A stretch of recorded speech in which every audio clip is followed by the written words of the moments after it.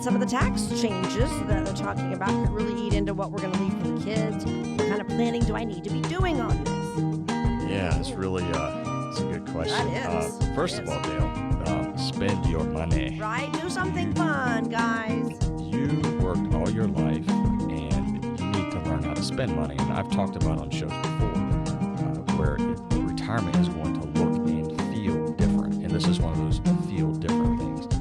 Dale didn't spend a lot of money while he was working, so he takes that same mentality into retirement, and you can't take it with you. So I think you got to have a spending plan, Dale. So that's first and foremost. Now, if you're going to leave some to the kids, you know, what's the best way to do that? So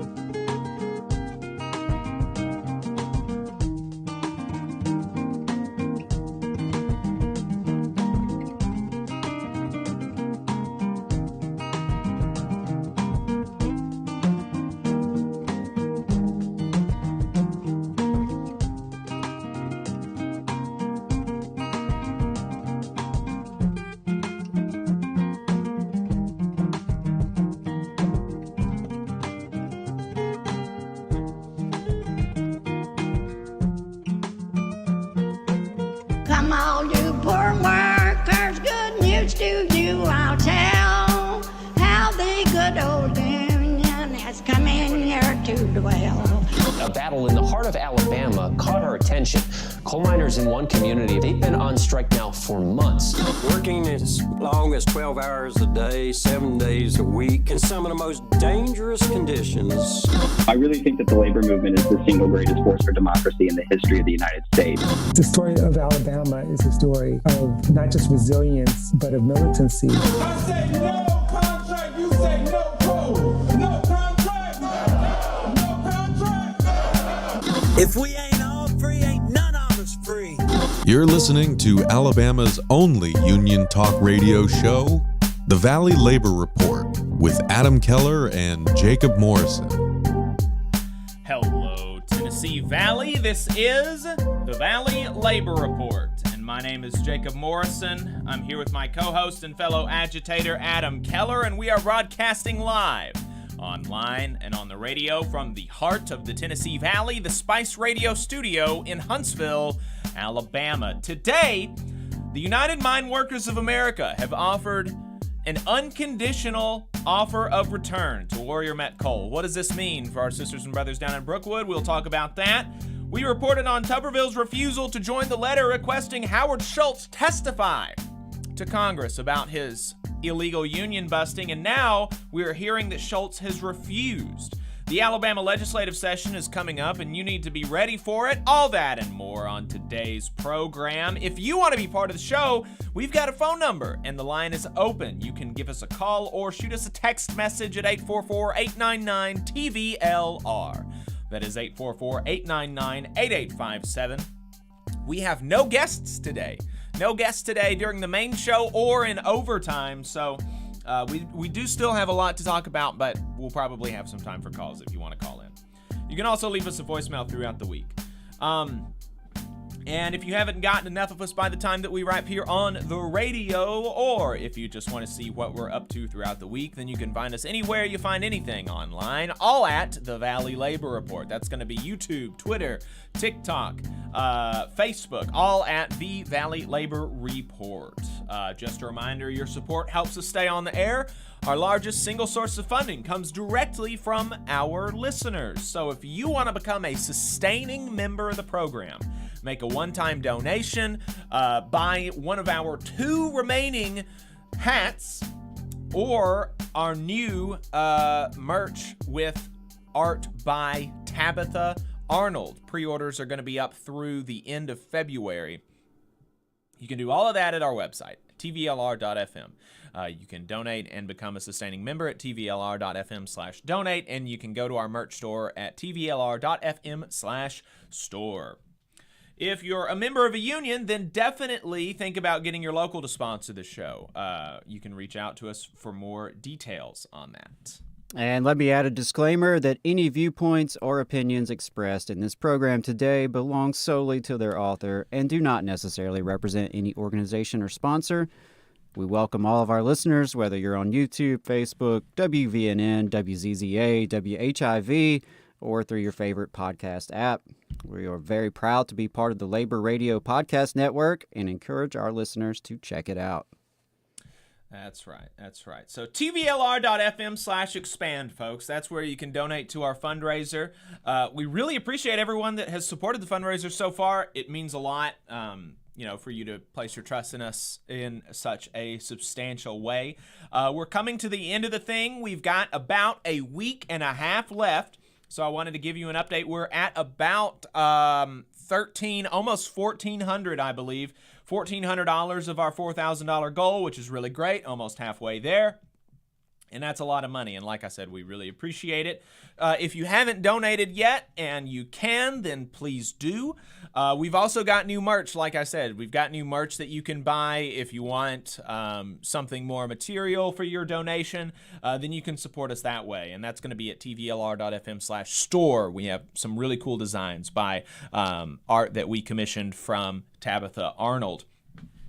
And if you can't support us financially, again, we totally understand. There are lots of other ways that you can support. You can share the fundraiser with people that you think might be interested in it. Your friends, family, coworkers, folks who have an interest in media that doesn't hate working people and view us with contempt. We're going to talk some more about that in overtime. We've got a story for you there. But, so that's definitely something that you can do to support us, or get your local to sponsor the show, organization to sponsor the show, stuff like that. So appreciate everything that everybody does. And also wanted to remind everybody about our plans with the money, just super generally. And remind y'all that you can check out our in-depth video where we really, I think, I'm pretty proud of our level of transparency here. Every single, there's not a single organization that supports the program that you don't hear in our ad reads, right? We're not, so we're not hiding who supports us. We're proud of who supports us. In fact, we're really proud. We're really proud of it, and we don't, unlike some other organizations getting backroom deals from the Koch brothers or whatever, and not advertising it. We literally actually advertise all of our sponsors, and so we go pretty in depth into our budget and our accounting and how we spend the money that we have and how we want to spend the money that we are proposing you give us, you and other organizations that we're in talks with. So like I said, much more in depth, but generally what we want to do with this money is we want to shift several of the people in the organization from a volunteer status to a paid status, so that they can devote more time to the project and so that they can put more stuff out and do more in-depth stuff. We want to do some original reporting. Some of that is going to be done in-house, by like Adam. Some of it is going to be done as we hire freelancers. That's what some of the budget's going to go towards, is hiring freelancers to do some work for us, to do some reporting. And we are going to do a new weekly show dedicated to labor history and education. That's going to be an Adam solo project that we're really excited about. I think that'll be. I know that I'm looking forward to it. And then we also are going to be securing broader syndication of the work. The stations that we are on, most of the stations that we are on, we are like the, financial management stuff before us, and, the church services that sometimes you'll hear on the radio on Sunday mornings. We're paid programming, right? So we pay to be on the, the radio. And so we're going to look for more stations to be on, as well as outlets to syndicate our written content through. So we will hopefully be able to, I think that it's reasonable to expect that we're going to be able to use this money, leverage the resources, and significantly increase our reach. So that's the goal, right? And absolutely, bigger, better. More audiences, more types of content. And to increase our output this much, like I said, we're going to shift a lot of the organization from volunteer to paid positions so that they can focus more on the project, there's definitely a lot you can say about, how neat it is to do volunteer stuff, but you're able to set aside in a much more dedicated way time if you are paid. So we are going to be we're going to be raising the people that are paid to $20 an hour. We'll be paying Adam $20 an hour to work half time. I'm going to stay on as a volunteer since I have probably the most, I think I have the most high paying job in it, and it's more stable and it's full time, and and also, even if I was interested in taking a paid position, I don't think I could physically do more for the show than I do now. So that's, the importance of bringing other people into the project, right? So, and bringing them in a more sustained way. And so by our calculations, that's going to require approximately $4,000 a month more than we're bringing in right now. And so we wanted to raise $4,000 in February to be able to do this in March. As a kind of like a value proposition, like here's what we're able to do, so we can show people at the end of March or, through March, this is what we're doing. If you think that it's worth it, then, continue on as a sustaining sponsor or as a sustaining member, maybe increase your monthly donation, and to organizations, maybe this is something that you want to support. Yeah, absolutely. I'm excited about what we have in store, and I am really humbled by the support we've received so far and really, really appreciate it. And I did want to share, we've got, I think, our first celebrity endorsement of the campaign, our fundraiser campaign. So I'll be sending this to you, Jacob, and we'll get this out to the audience, in a graphic or email or something. But I did want to go ahead and share this from the great professor, Dr. Harvey J.K. We should cherish and support the Valley Labor Report. We know we cannot depend on corporate-owned mainstream media to speak truthfully of labor's story and to promote a greater awareness of the fact that the only force that can redeem, renew, and advance American democratic life is the labor union movement. And we know, as well, that even though working people want to organize and are organizing, we face fierce opposition by corporate bosses and conservative politicians, and less than wholehearted support from liberals and progressives. The folks at the Valley Labor Report are seeking to expand their efforts to not only cultivate a greater awareness of working class campaigns and struggles, past and present, but also encourage greater working class solidarity and democratic activism, support their aspirations and labors. So, awesome. Don't know that you'd even seen that yet, Jacob, but wanted to share that with folks. It means a lot that someone of Harvey J.K.'s caliber would offer his support. Absolutely. Really appreciate that, brother. So let's talk about this. This is kind of the elephant in the room here. That is the latest from the Warrior Met strike.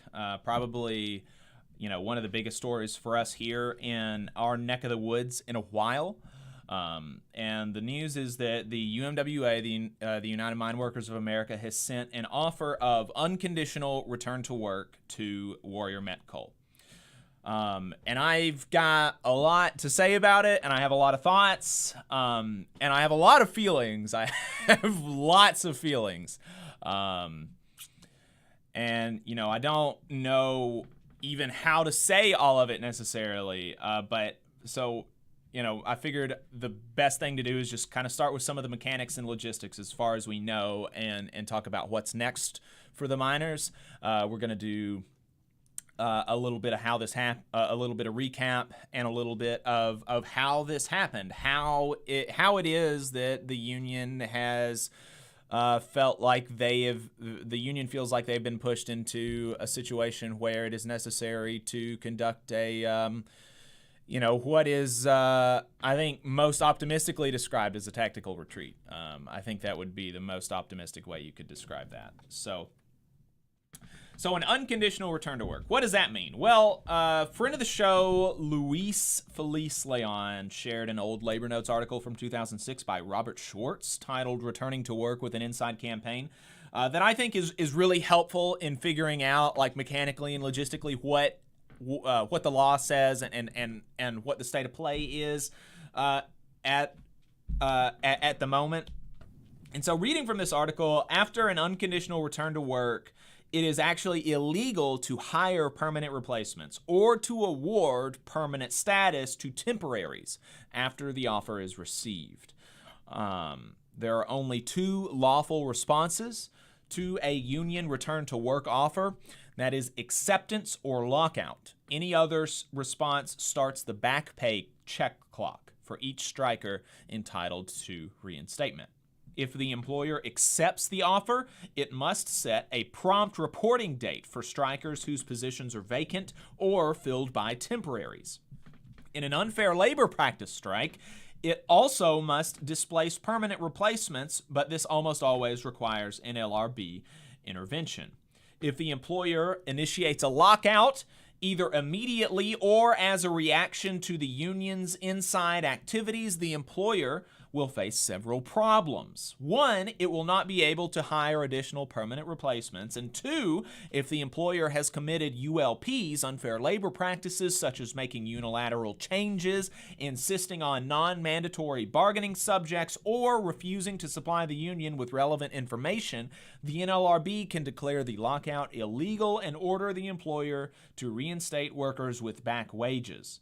When strikers return to work under an unconditional offer, the employer must resume the wages, benefits, and privileges in the expired collective bargaining agreement, except for changes that the employer has lawfully imposed after a bargaining impasse.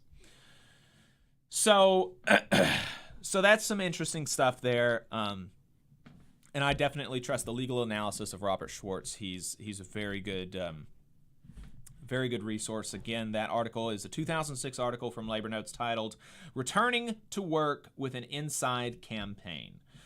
And we also know that this is an unfair labor practices strike at Warrior Met Coal, meaning that while the workers do have, economic bargaining concerns, right, the strike is legally built on illegal actions by the company, such as bad faith bargaining.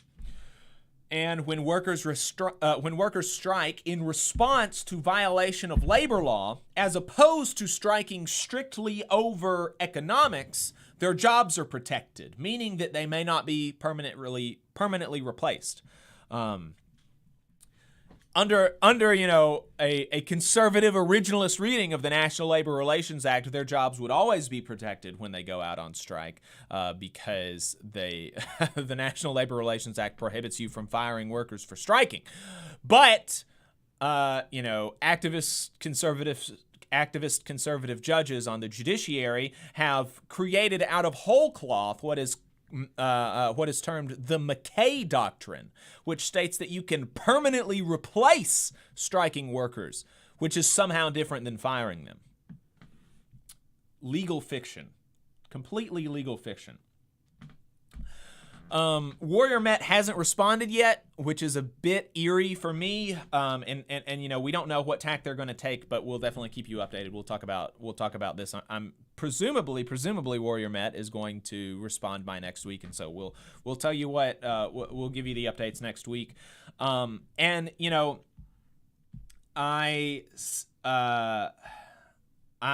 don't understand. It's just really it's a really sad situation.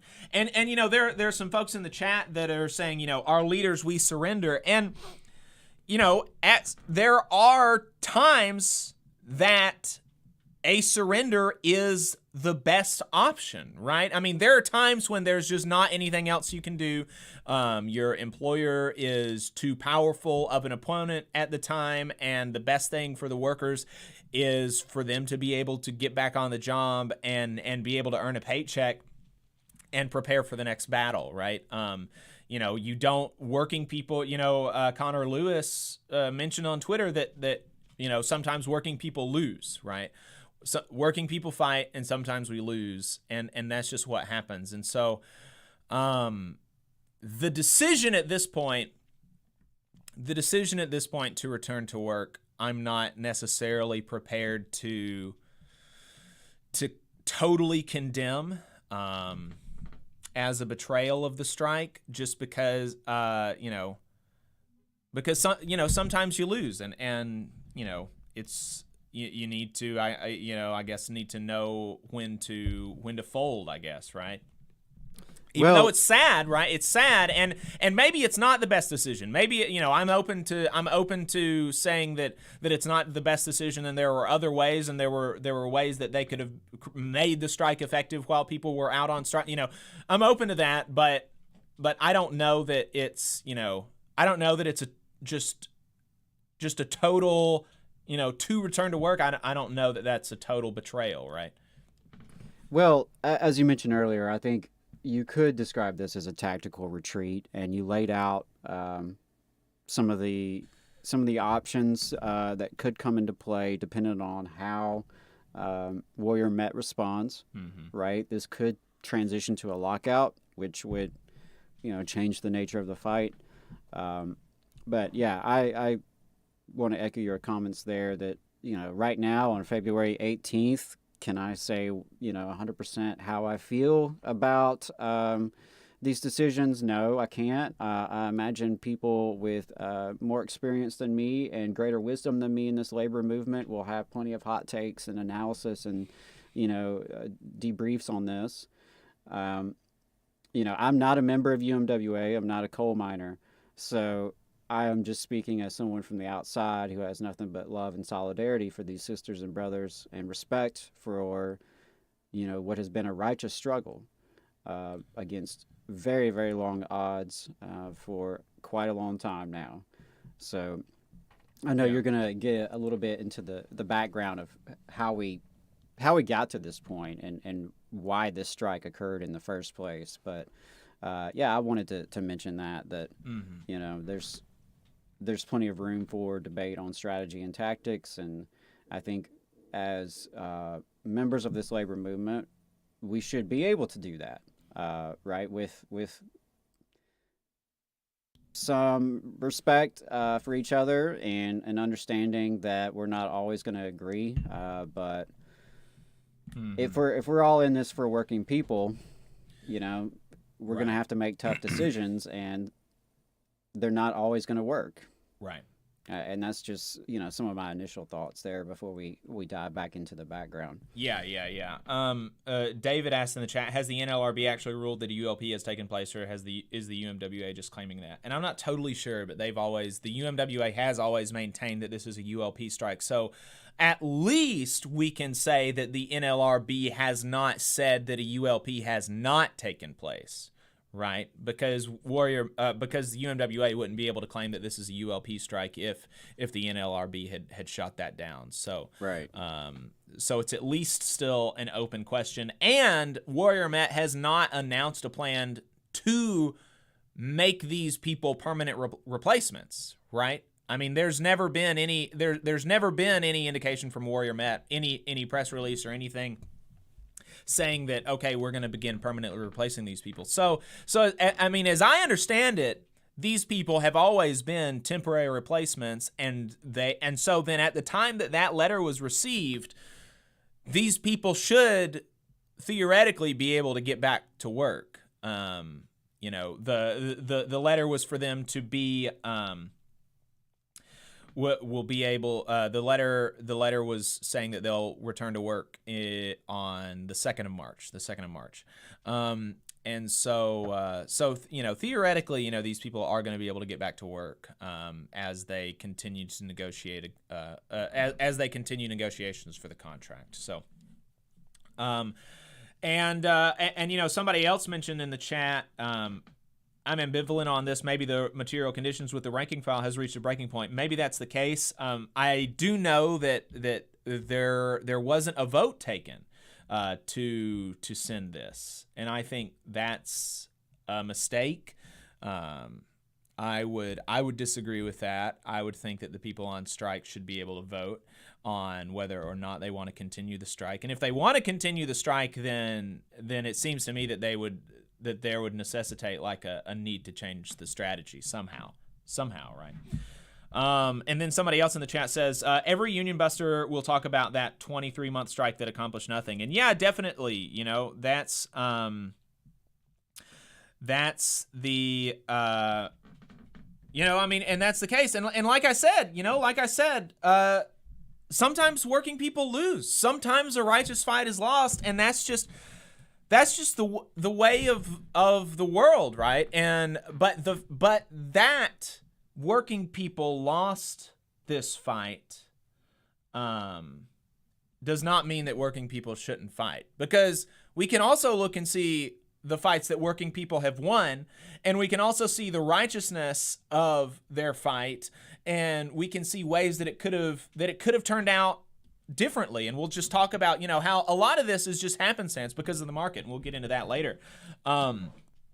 But yeah, somebody else replied, union busters will say anything at all. And to be honest, Southern fossil fuel union workers are not mentioned much at all by union busters, especially in retail union fights. Although these are not fossil fuel workers, but understand the point. David also mentioned in the chat that, a surrender was the best option 3 months in. And, maybe that's the critique, is that they just, that this just went on too long, and there wasn't enough, that there wasn't enough analysis about, do we have do we have the power to win this struggle? Right. What was the theory of change? Right. Initially, what was the theory of change within 3 months in? Yeah. I mean, there's a lot of those questions that I think are fair to ask and are going to be asked by the members as well as allies and supporters. Yeah, and David also replies to the fellow saying that everybody's going to be talking about the 23-month strike that accomplished nothing. David says we did the same thing in '95 for a 3-month strike, and we still hear about it today. We did the same thing. We returned to work unconditionally after a 3-month strike, and like this, didn't win anything, and we still hear about it today. It's important to be honest early, and that's the failure of leadership and planning. I think that makes sense. So we also wanted to remind folks, that it is just the case that Warrior Met caused the strike, right? That's just the fact of the matter. This has been going on so long, and in many of the updates, you don't get the full background, and that's all understandable, and we're not even going to be able to go into everything now, but the big picture is that in 2015, Walter Energy, which is what this company was called back then, they went bankrupt. And as the UMWA president, Cecil Roberts, said in a testimony before Congress, he reminded folks that it was the people at the top of the company that made the decisions that caused the bankruptcy more than anybody else. Nobody asks coal miners about how to make investment decisions. Nobody asks coal miners about priorities for the business. Nobody asks coal miners even whether they ought to hire more coal miners, right? One of the things that people will say, and I'm not convinced that this is the case here, but one of the things that people will say is, oh, well, they got too greedy and there's too many people making too much money. They don't even get that decision. It's the decision of the bosses whether they hire more people or not, right? That's the whole thing. And yet, when Walter Energy went bankrupt, it was the miners who were temporarily out of work. The leeches at the top stayed rich. And this is made all the more insidious because there's every reason to believe that this bankruptcy, like so many in the coal industry, was not the unfortunate result of decisions made in good faith by enterprising businessmen, but a purposeful decision meant to shed them of their obligations to the workers, which is what happened. Because basically, after Walter Energy went bankrupt, magically, because of the bankruptcy laws in this country that were the subject of the hearing in D.C., where Tommy Tuberville read from company press releases, because of the bankruptcy laws, Walter Energy no longer had a legal obligation to continue paying retirement or anything at all to the former employees.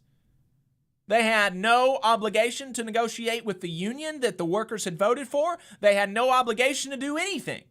Somehow, just by magic, all of their obligations disappear, right?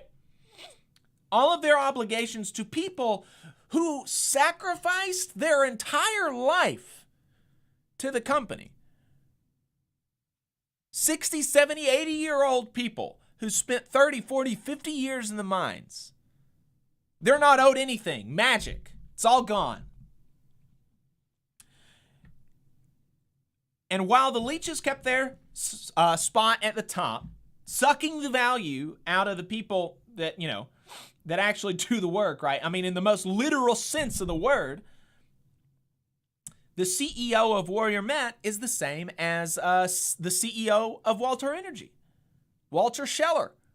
Many of the board members are the same too. The people who, under the, the capitalist idea of bankruptcy, the people who made the wrong decisions, they're still at the top. They haven't faced any repercussions, professional, personal, financial, anything, for sending this company into bankruptcy. And so in order to save the retirees' pensions and in order to maintain the representation status of the union and in order to save the company from the, in all likelihood, purposeful destruction of its profitability by Walter Scheller, the workers took huge concessions in 2016. They took a $6 an hour pay cut. They took a 20% cut to their health care. They took retirement cuts. They accepted more stringent attendance requirements. Requirements that are so stringent that if you are late to work 4 times, you lose your job. And that's whether or not anything reasonable happens. You get in a car crash, somebody wrecks into you, a drunk driver wrecks you, that's one of your absences. Hope it doesn't happen 3 more times in the year. Hope you don't have 3 more times in a whole year where something happens and you're late to work. Otherwise, you might be out of a job. That's one of the things that they accepted. Mandatory overtime. People working 6-7-day weeks, 12 hours a day. These are the things that they accepted that workers sacrificed to save the company. While the people at the top actually responsible for the decisions got raises, made more money, millions of dollars a year. These freaks in the board offices kept their jobs, and as far as I can tell, no sacrifices, nothing, nada. And so in 2021, 5 years later, when the contract expires, the workers wanted to get back what they gave up to save the company. They said, look, the company's profitable. We did our part. We saved you. Now we want what we gave up back. We at least want some improvements from where we are. We can't take more concessions. How can you possibly expect workers to take less in an environment where their company is making record profits, where the CEO is getting huge raises? How can you expect workers to accept that? But that's what Warrior Med expected them to do. They put a contract on the table with more concessions, including an effective pay cut with $1 an hour, which was $1 an hour raise over the term of the contract, which was 4 or 5 years. $1 an hour over the life of the contract. And so the workers decided to strike. They voted down the contract by more than 95%, and the company hasn't come back with a single offer any different than the first one. And it's not because they can't afford it. They've explicitly said as much during bargaining sessions. And they're giving the scabs $2,000 a month more than they're offering the union. So they clearly have money to be able to move in their position. They're just not. So, Which, how is that not bad faith bargaining, right? Yeah. There again, which I know this is a theme of this struggle, is the broken labor laws in this country. Yeah, it's just absolutely insane. So, look, the fight is clearly a righteous one. There are unambiguous good guys, coal miners, who work, who produce something of value, who produce something that makes the world better. And then there are unambiguous bad guys, leeches who do nothing but own. Some people have this conception of business owners and, they produce and they work too, just as hard as the workers do. And, some bosses work, some bosses perform labor. Sure, I guess. But what do these people do? They just decide where to put money. It's nonsense. And they're asking these people to give up money while they take more.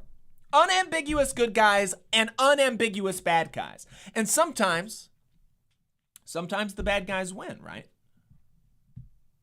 Sometimes the bad guys win. Hayden's in the chat. Good morning, brothers and sisters. Thank you all for the support for us during the struggle. We appreciate, honored to be able to support.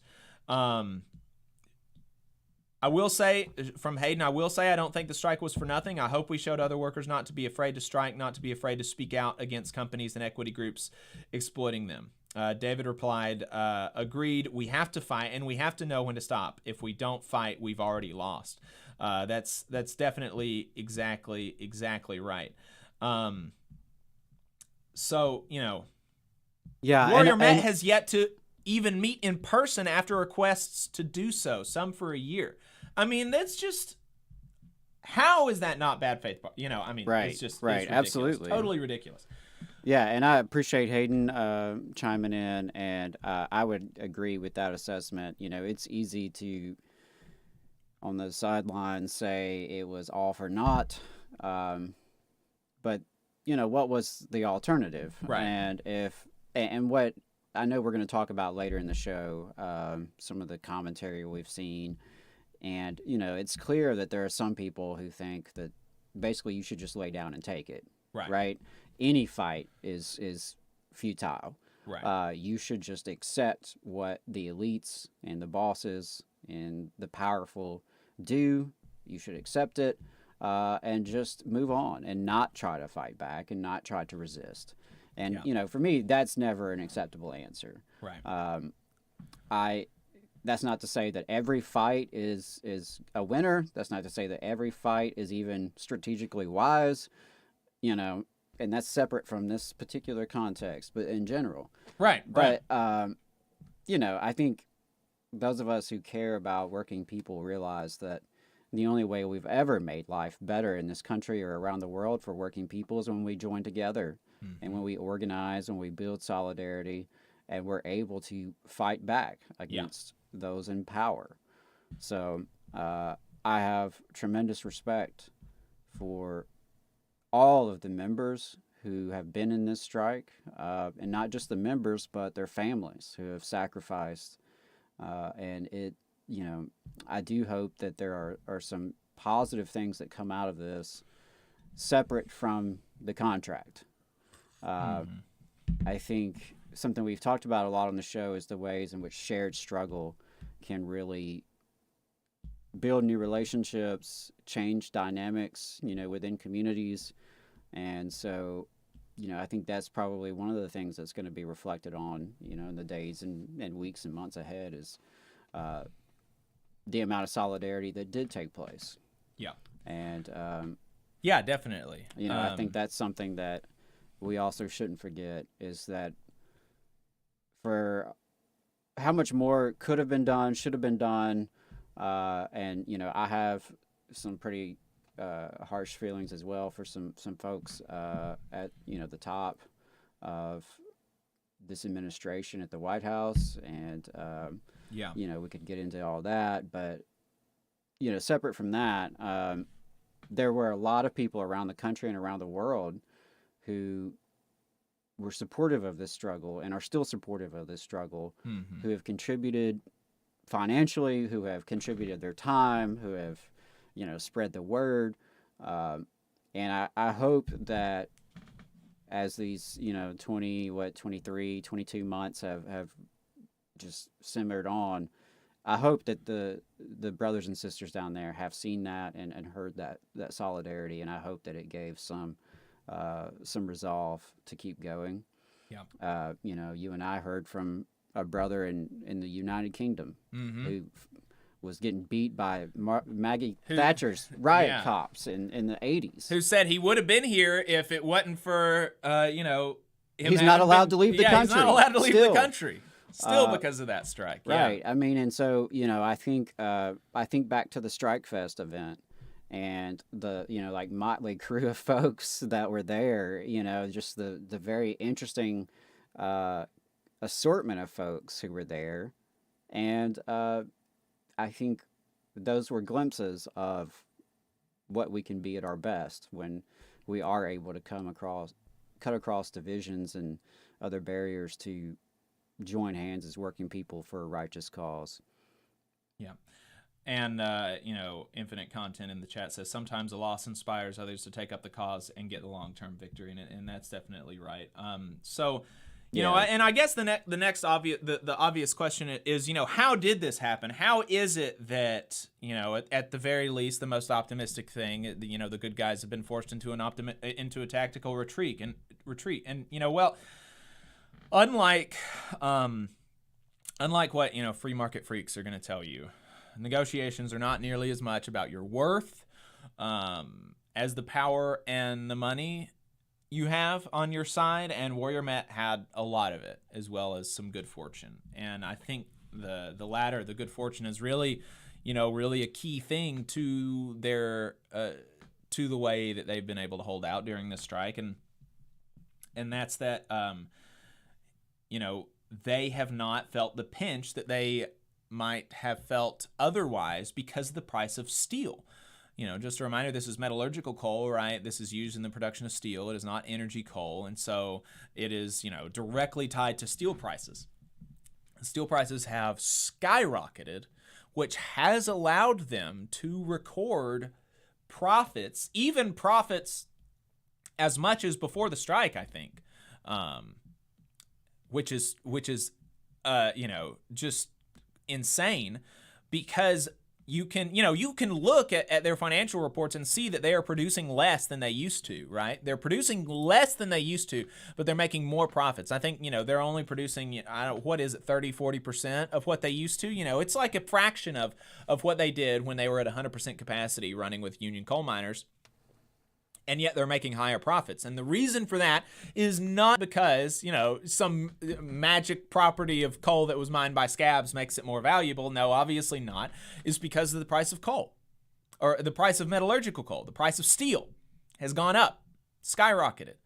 And so even though it is factually the case that they've lost over $1 billion in unrealized revenue because of the strike, which is a lot of money, they haven't actually gone into debt for it. They haven't actually lost any money, which makes it difficult for them to move. Now, a purely somebody just motivated by making money, like BlackRock, they may say, well, you need to end the strike. And they did say you need to end the strike because look at all this money that we're losing.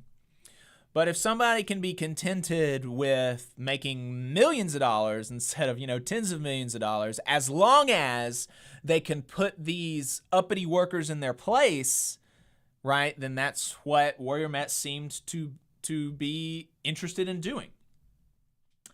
Yeah, absolutely. I mean, I think that's something that came out loud and clear throughout the struggle, is that Warrior Met was more interested in power and more interested in the ability to squash their workforce and to bust the union than they were just pure profits, right? I mean, the bottom line dollar amounts were not as important as the power. And that's not necessarily unique to Warrior Met. Unfortunately, it's been particularly egregious with them. And, they are a case study in corporate greed run amok in this country and what it's doing to communities across this country. Yeah. And also, obviously, the law is stacked against workers. And I'm sorry, before you get into the law, I did want to make sure we mention, and maybe you said this and I didn't hear you, but the metallurgical coal and the steel prices going up in some cases is connected to the broader energy crisis in Europe and across the world. And, the miners couldn't predict that there was going to be war in Ukraine when it happened, and the way that has played out in the industry and how that has had ripple effects on into met coal. And, because it's the war, it's the sanctions connected to the war, all of that has really disrupted the marketplace. Right. And so, Warrior Met has gotten lucky. Basically, they got lucky that the timing on this just happened to coincide with a spike in prices for them. Right. So that, the material factors here just made it that much harder. And so, obviously another one of the factors that has led to this is the law. The law is stacked against working people. And one of the most obvious things is that workers are not allowed to conduct mass pickets anymore. Mass pickets that prohibit scabs from entering the mine, that eliminate production. Mass pickets that make production impossible are illegal. They used to be legal. They used to be legal in this country, but now they're illegal. And we talked about the whole history of how mass picketing was made illegal. But it's illegal now. And people will say that's fine. They'll say that's fine because the coal company has these property rights to, and so they should be able to do whatever, right? And that's so, I can't understand the thinking about that. Like, how do you gymnast your way, flip into this mindset that allows out-of-state billionaire investment groups to have more control over our resources than we do? Why shouldn't folks who have dedicated their entire lives to these mines, why should they not be able to stand at the gate and say, no, you can't mine this coal without agreeing to what we're asking for? You just can't do it. You can't do it. I'm an Alabamian. These are my mines. I've spent 30, 50 years in here. My granddaddy mined these mines. No. You can't. If we're not going down there, nobody can. Why shouldn't Alabamians have that right? Just because somebody has money? It's nonsense. It's totally insane. It's a totally insane way of thinking to allow these people, just because they have money, to screw over our people and tell us how we are going to mine the coal. It's insane. Totally insane. And then, even if we say, okay, look, it's illegal to mass picket, that's one thing, but it's another to have completely unreasonable penalties for breaking the law. Because sometimes you can look at the law and you say, look, it's worth breaking the law. I'm willing to take punishment for it. I'm willing to sit in jail for a few days.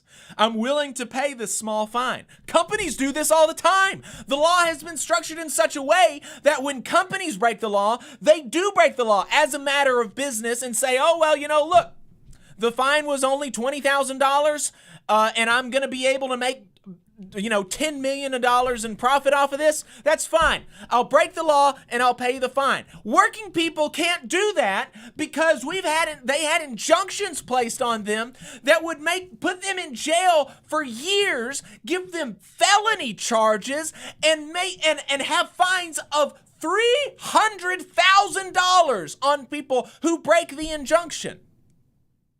Just completely unreasonable. I mean, totally by unreasonable. Any standard.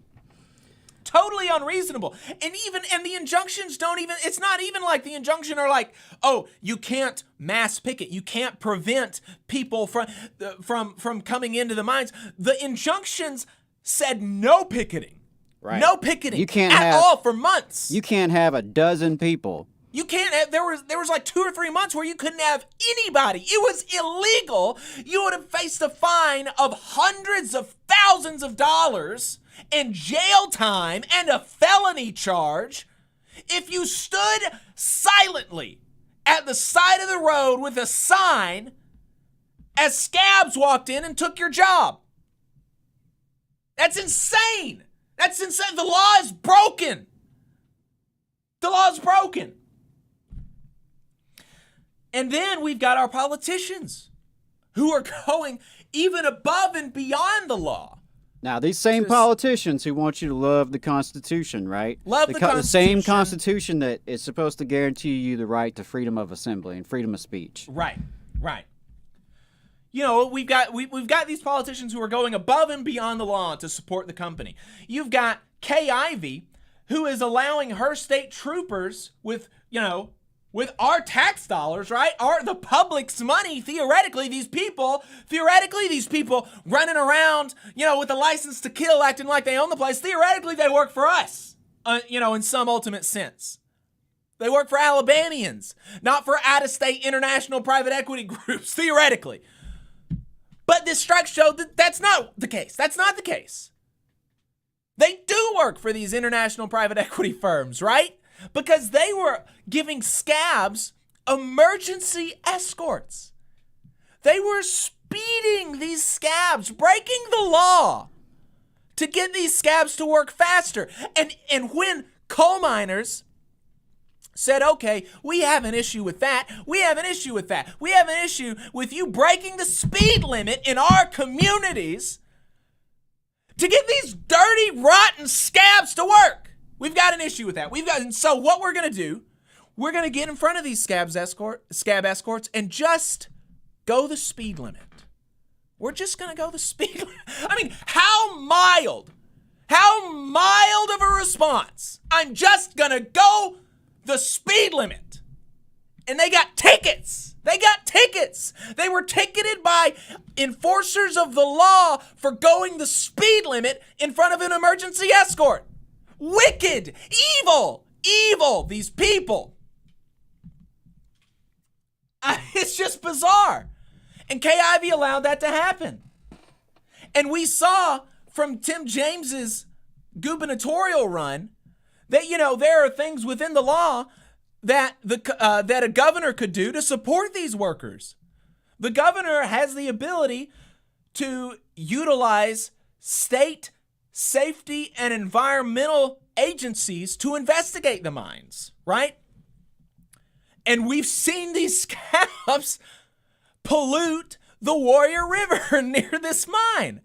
That didn't happen before the scabs came in.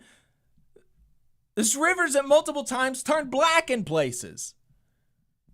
Scabs have been carried out in ambulances and helicopters because they messed up and hurt themselves.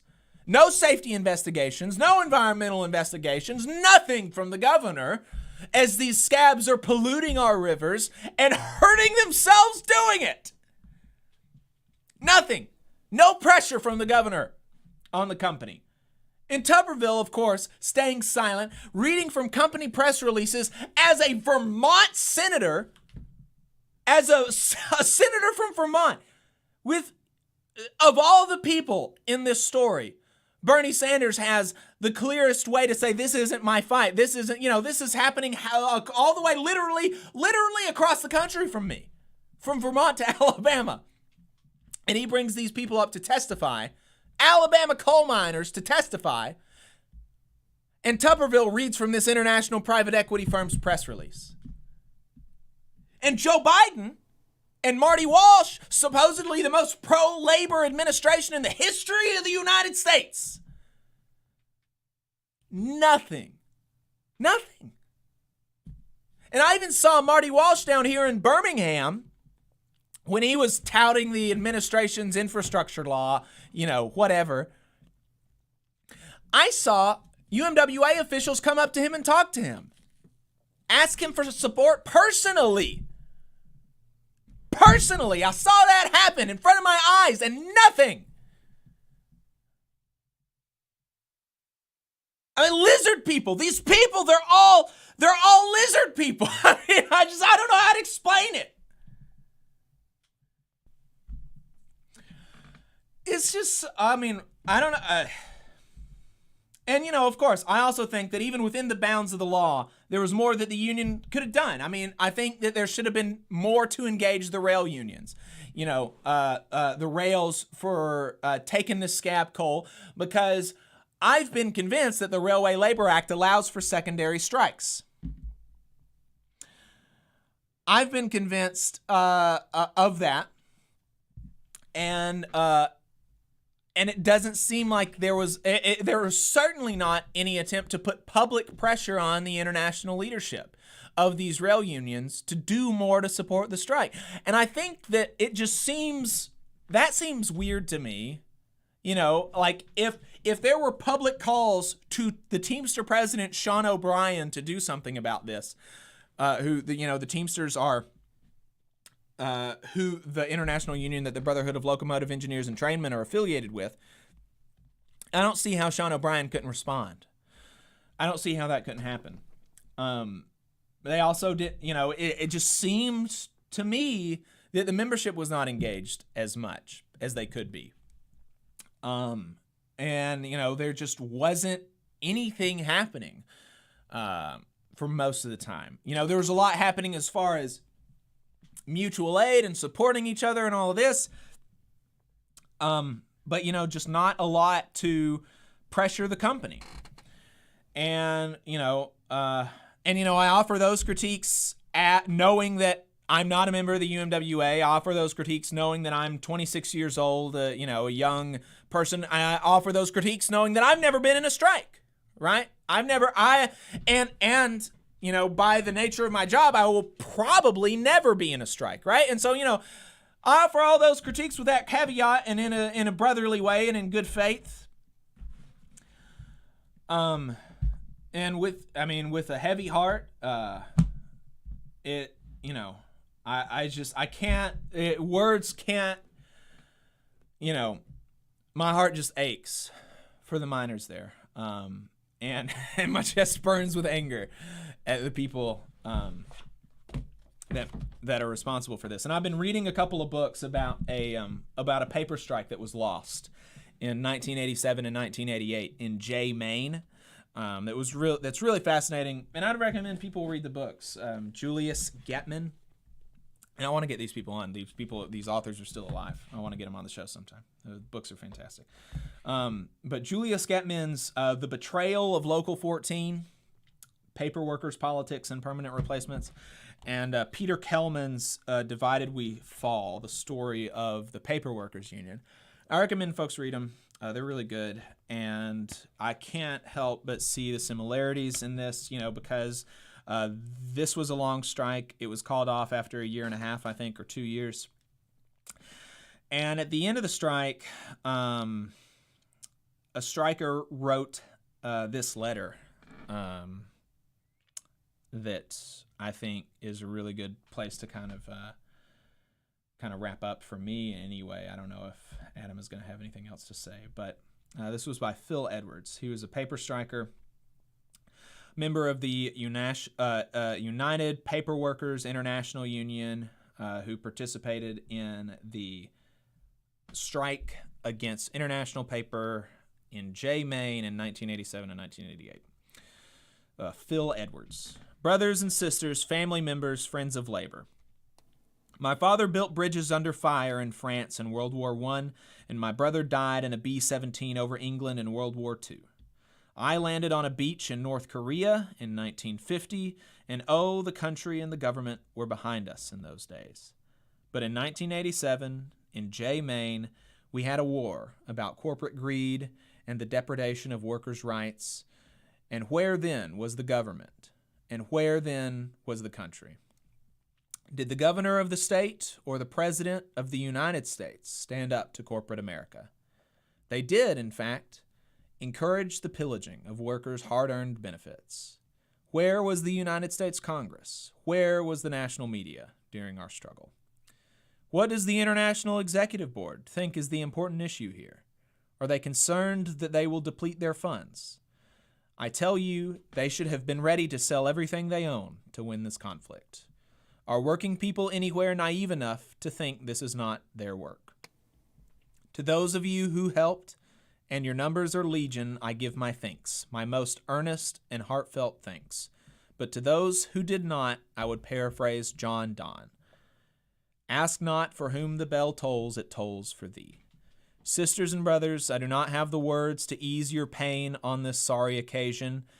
Each of you have given your time, your energy, and your personal fortune to advance the cause of labor during this dark age. History will record that you, like the embattled farmers at Concord Bridge, fired a shot heard round the world. Do not despair that the battle was lost along another front. Mark well that in this place you stood, shoulder to shoulder, faced the enemy, and did not flinch nor bow down. I have known some of you for most of the 30-odd years that I have worked at International Paper. I have found you to be honest tradesmen in the main tradition. Since the strike began, I have come to realize how much I value your friendship. I have seen lambs become lions and sparrows become eagles. From your ranks have emerged salesmen and lawyers, organizers and orators. You have been tempered into steel in the crucible of war, and you will never again be as you were before. I could not allow this moment to pass without telling you how proud my wife and I are to have soldiered with you. And I was really moved by that, reading that in the context of this news. Yeah, absolutely. I think that's a solid place to leave it. So with that, we're going to go ahead and take a break. On the other side, we have some local legislative stuff that we wanted to talk about. So appreciate everybody listening. We'll be right back. This is the Valley Labor Report. IBW 558 is like a great football team. You've got to have the aptitude, skills, and knowledge to outperform the competition. If you're a non-union electrician, now is the perfect time to get off the sideline and join our team. We have the absolute best wages and benefit package in North Alabama and Southern Tennessee. It's because our team stands together, bargains together, and our families benefit from it. With immediate openings, you have the opportunity to see why the IBW is the right choice. Support for the Valley Labor Report comes from the International Federation of Professional and Technical Engineers Union. Learn more by visiting www.ifpte.org. The attorneys at Maples, Tucker & Jacobs have stood with the working people of Alabama for over 40 years, providing skilled legal representation for your workplace injury claims. When you are injured on the job, it can be a scary time. The attorneys at Maples, Tucker & Jacobs have the experience to guide you through the process to make sure that you and your family are properly taken care of and your rights are protected. If you need help, call the attorneys at Maples, Tucker & Jacobs at 855-617-9333 or visit online at www.mtnj.com.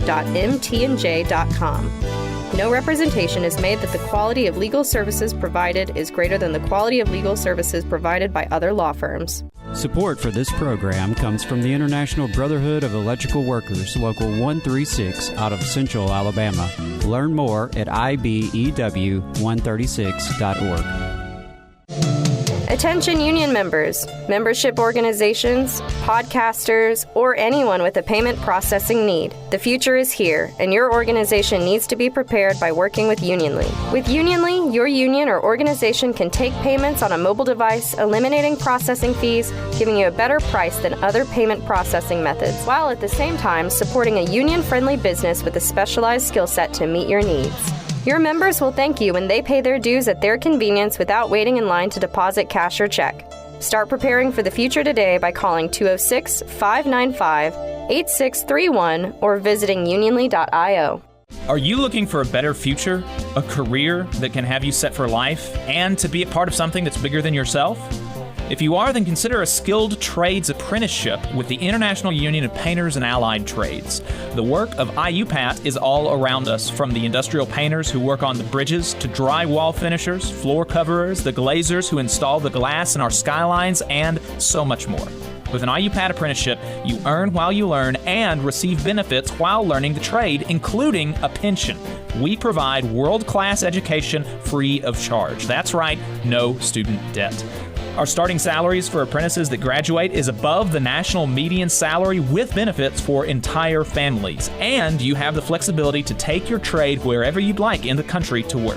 IUPAT District Council 77 covers our entire region, so give Adam Booth a call at 205-603-3142 for more information. Again, that phone number is 205-603-3142. Come build a better future with us today and join IUPAT. Come on, you poor workers, good news to you I'll tell.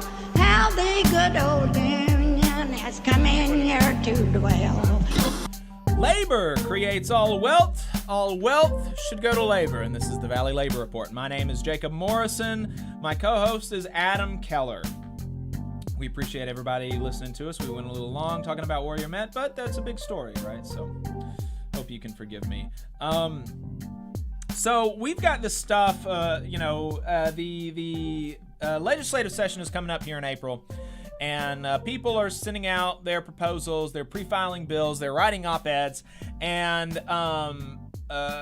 State House Minority Leader Representative Anthony Daniels of Huntsville released a opinion piece in the Alabama Political Reporter about his proposal to eliminate the income tax on overtime pay. And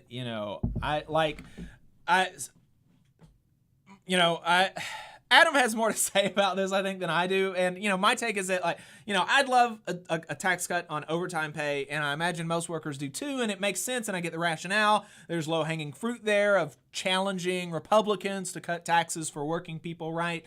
Whether it's the grocery tax or this overtime tax.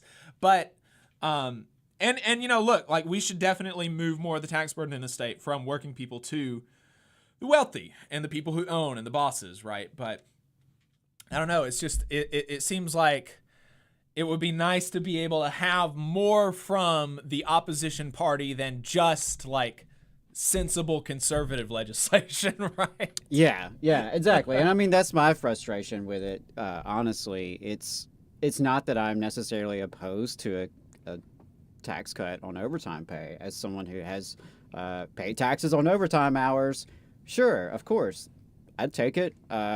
Most of us would. I've had several meetings and conversations with Representative Daniels over the years. I think he's a smart guy. No disrespect to him, but let's just be real here that Alabama Democrats don't really get much press, at least positive press, or press where they are actually advocating a particular position. Right? It's not unusual for them to be in the media because of infighting or some sort of scandalous controversy, but, it's once in every blue moon when you have one of the leaders of the Alabama Democrats in the media with an op-ed like this, just putting forth an issue. So that's interesting, right? We don't really hear from y'all very much, and when we do, it's this. Okay, that's a choice. That's certainly a choice. Then there's the rhetoric and the framing in the op-ed. Some of the terms and phrases include pro-growth, nurturing entrepreneurship, business-friendly, and that's just a few that I jotted down. Honestly, if you removed the one reference to Alabama Democrats, you could have told me the Chamber of Commerce wrote this op-ed. Mm-hmm. You could have told me the Business Council of Alabama wrote this op-ed, and I would have totally believed you. Because check it out for yourself. And it was actually AO.com that published this back in a week or two ago. And so again, fair enough, call for a tax removal on overtime pay. But here's the thing, it was not attached to any bigger package. It was not addressed to any broader effort of shifting the tax burden away from working people. So it's not part of a bigger plan to reform a broken, inadequate, highly regressive tax system in the state of Alabama. Yes, it would help one subset of workers, but not every worker, right? There are a lot of workers out there who are not receiving overtime pay.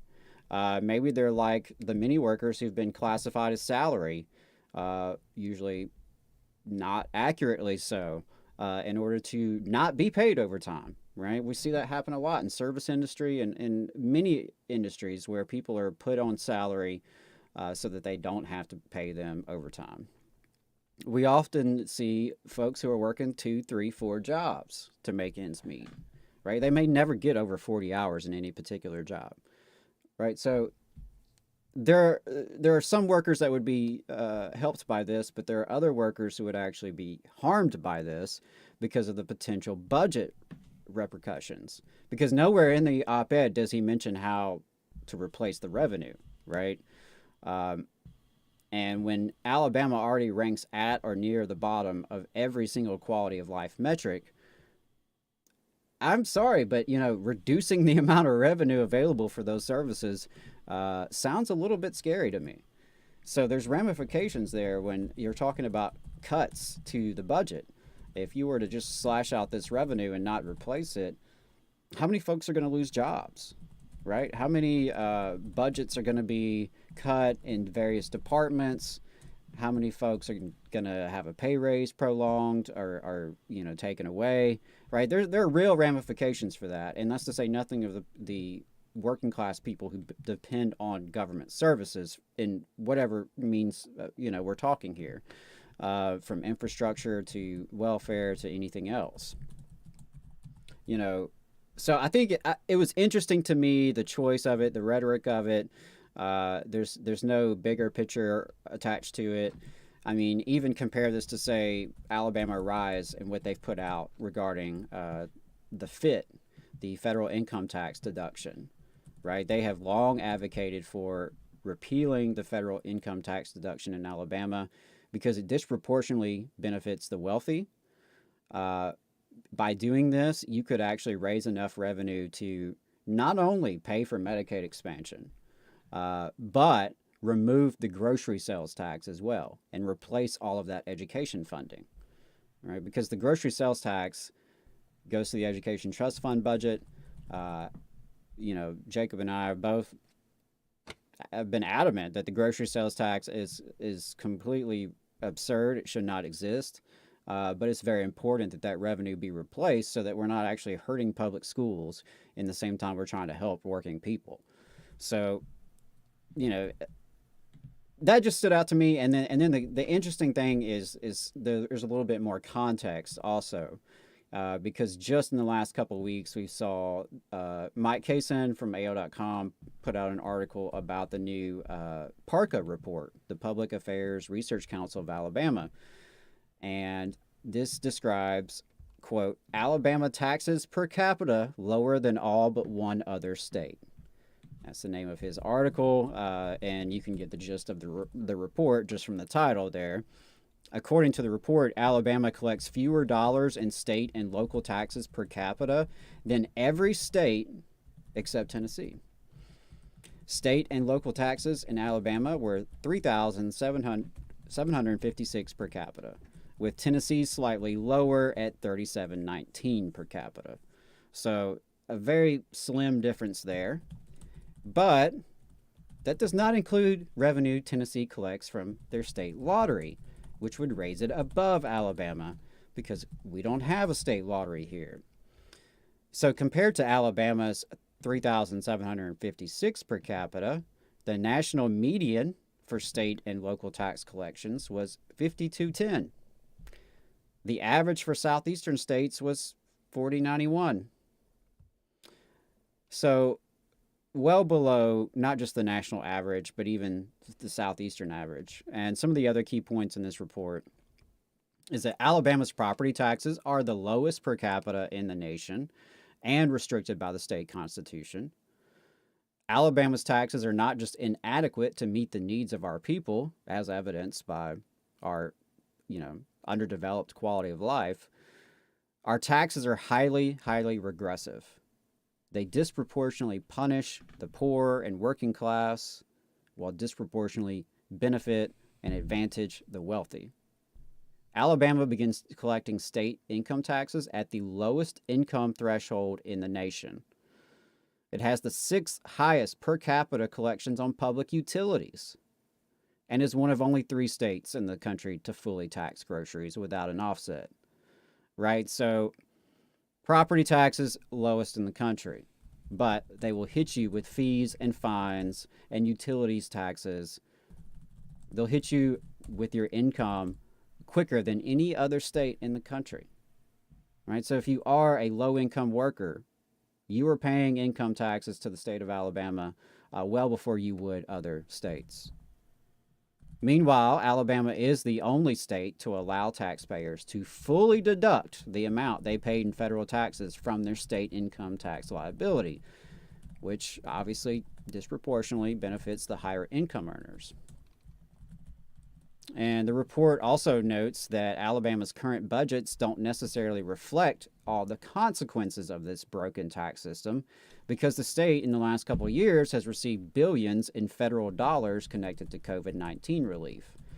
And that's worth keeping in mind when you hear legislators talk about how much money is available. Well, how much of that is because you've had an influx of federal money. And that's not something that's coming back, right? The Parker report also looked at the revenue advantages of nearby states. For example, if Alabama's per capita collections were the same as Mississippi's, we'd have an additional $1.1 billion in revenue. At Florida's levels, we'd have an extra $1.5 billion. If we raised the same amount of taxes per capita as Georgia, we would have an additional $1.6 billion.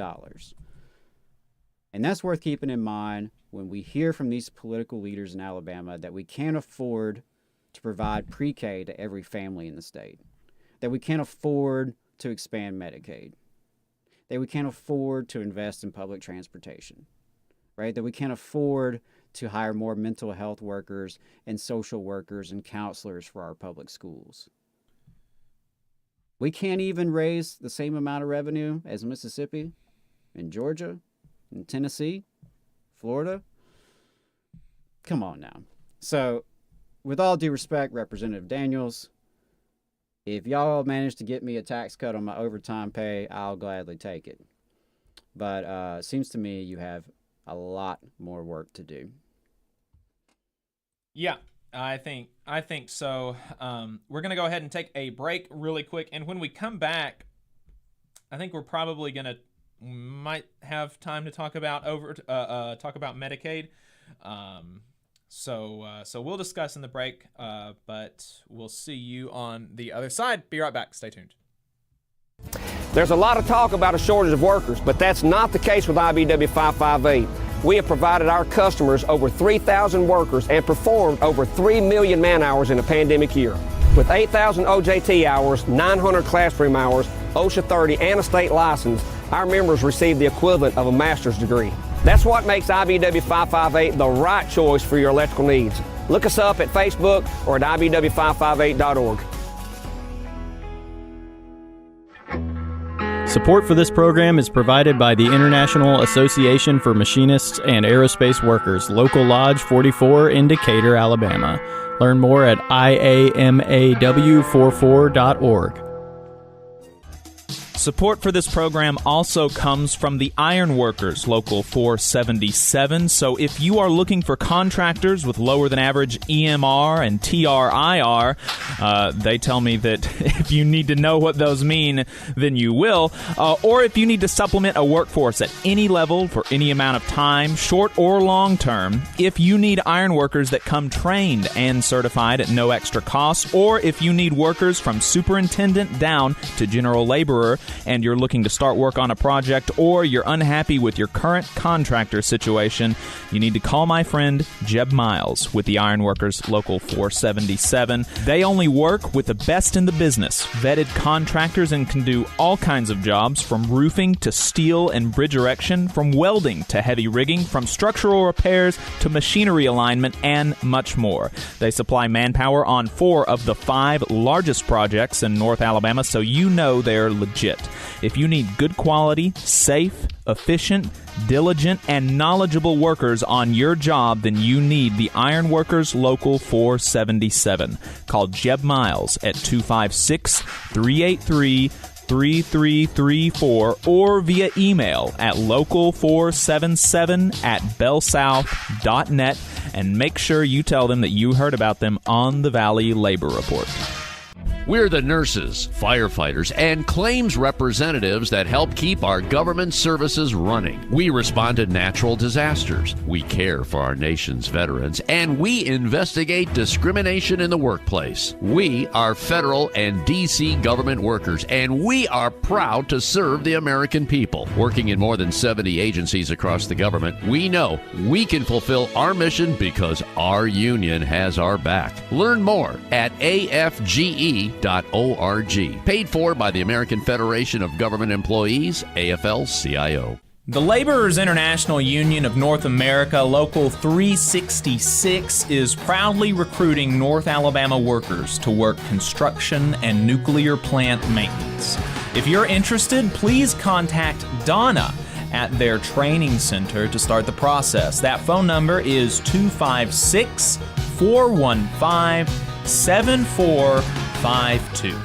Again, that phone number is 256-415-7452. No experience is needed. Free training is offered, but you must be able to pass a background check and a drug test. Local hiring that grows our community with good-paying jobs that have benefits is their mission.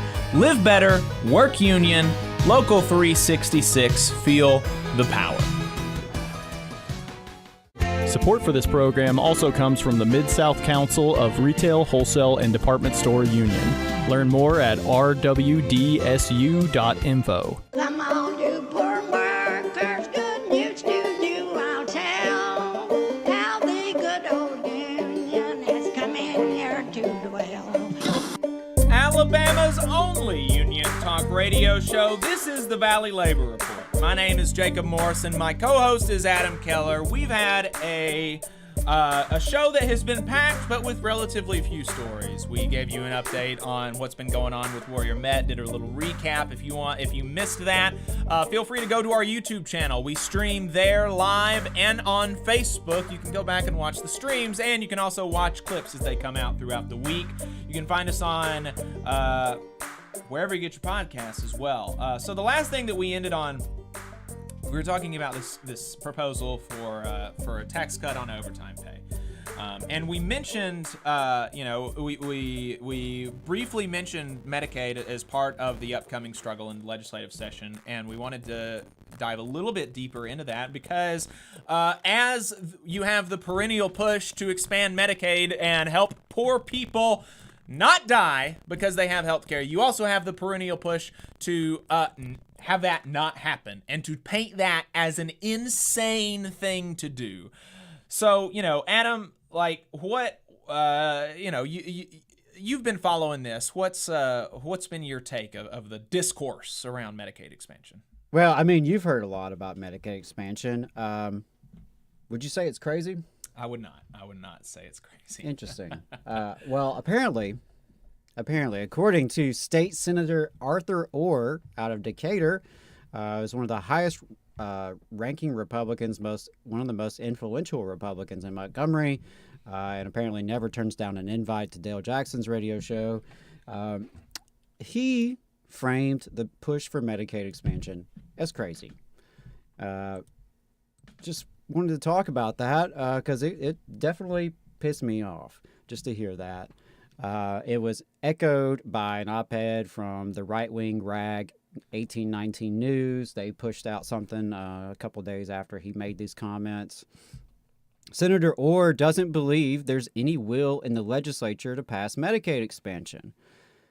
Though my question is, how much of that is due to misinformation and misleadership propagated by folks such as yourself, Senator Orr?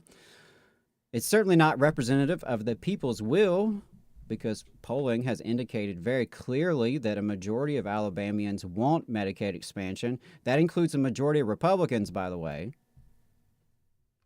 Senator Orr, in his comments, said that hospitals are engaged in, quote, political posturing for financial help. And he bemoans the influence of the BCA, the Business Council of Alabama, Blue Cross, and other big business interests, which are now pushing for Medicaid expansion, which personally I can't help but find amusing, as political posturing pretty much constitutes the majority of Senator Orr's job, right? He is a legislator, so political posturing is probably a good bit of his day-to-day activity, if I had to guess. So that's interesting that he would, call out the hospitals for doing that. And it's not as if Senator Orr or his Alabama Republican colleagues typically have any qualms about enacting the agenda advanced by big business interests. They certainly have no reservations in taking their campaign contributions. When it comes to lobbying new or expanded industry in the state, the same folks who oppose Medicaid expansion are happy to sign off on generous corporate welfare while calling it economic development. I guess Senator Orr thinks that the 7 rural hospitals in this state that have closed since 2010 and the dozens of others that are on the verge of collapse just haven't done enough posturing. Maybe that's what it was. That there is such a broad coalition in favor of Medicaid expansion, a coalition that includes the hospitals themselves, a faction of big business interests, mainstream advocacy groups, the head of the retirement system of Alabama, progressives, moderates, many more types of folks and groups, and importantly, a majority of Alabama voters. You could see that as reflecting the merit of the policy, right? Even people like Adam and Jacob are agreeing with people who are in charge of hospitals and, hospital associations, right? That's a pretty broad coalition. Yeah. But Senator Orr sees such a popular demand as a threat that legislators must endure until it passes. And, I know we're running out of time here. I've got some more to say about some of these contradictions. Maybe we'll hit this in overtime. But I did want to point out that he said that the state could not afford Medicaid expansion. He says it would cost $200 to $300 million a year. There's some serious questions about that. But this is the exact same guy who wants to pass a $500 million tax rebate out of the education budget. I'm going to let that sink in for a sec. We can't afford $200 to $300 million for Medicaid expansion, which would be one of the most significant economic development projects in the history of this state. Would save people's lives, hundreds of people's lives every year. We can't afford that. Might cost $200 or $300 million. But we can afford a $500 million tax rebate with education trust fund revenues. That's Arthur Orr for you, folks. So I've got a few more comments I'm going to save for overtime. I might need to save it for overtime just for the FCC alone. But we'll leave it there. I know we're running out. We got a couple things to plug this morning. And I just want to say I appreciate everyone who's been tuning in, everyone who's been participating in the chat. We're kind of in our feelings today, as a lot of people are. And just appreciate the dialogue and hope to keep it going. Yep. The Sisters and Brothers at Warrior Met down in Brookwood will still need some support to get them through to March the 2nd, and you can do that by donating to paypal.me/UMWA Strike Pantry. Tennessee Valley Progressive Alliance is hosting Dana Sweeney from the Alabama Appleseed Center for Law and Justice to discuss state legislative issues and Appleseed's latest research and activism. The event's going to be held on March 14th at 6 p.m. at the downtown Huntsville Library. Y'all check that out. Labor Notes has some online workshops. The next one is a webinar on Mexico's new union upsurge on February 23rd. Go to labornotes.org to check that out. Donate to our fundraiser, folks. TVLR.fm/expand. We've got a $4,000 goal and a week and a half to hit it, so help us out. We're going to head into overtime. Going to talk some more about this and some other stuff. Appreciate you listening. All power to the workers. All right, folks, we're off the radio. We're off the radio now. Appreciate you tuning in. Thanks for staying with us. We've got some cool stuff lined up for overtime. Adam's going to wrap up his comments about Arthur Orr, and we'll probably stitch it together for the clip that we're going to release later. We're going to be talking some about Starbucks in Alabama and Tommy Tupperville. More child labor news. How is it possible that why is there so much child labor news? That's just we live in a Gilded Age. Clown society. Yeah, I mean, we're living in the Gilded Age, the farce edition. Yeah, talking about how conservative media bosses hate you. They hate you, and we're gonna show you pretty undeniable evidence that that's the case, and why even though they are local, that doesn't make them great. We're gonna be responding to some liberal opinions, talking about Tim Pool and Charlie Kirk's take on trains. Lots of stuff. So stay tuned, folks. We're gonna be right back with Overtime. Okay.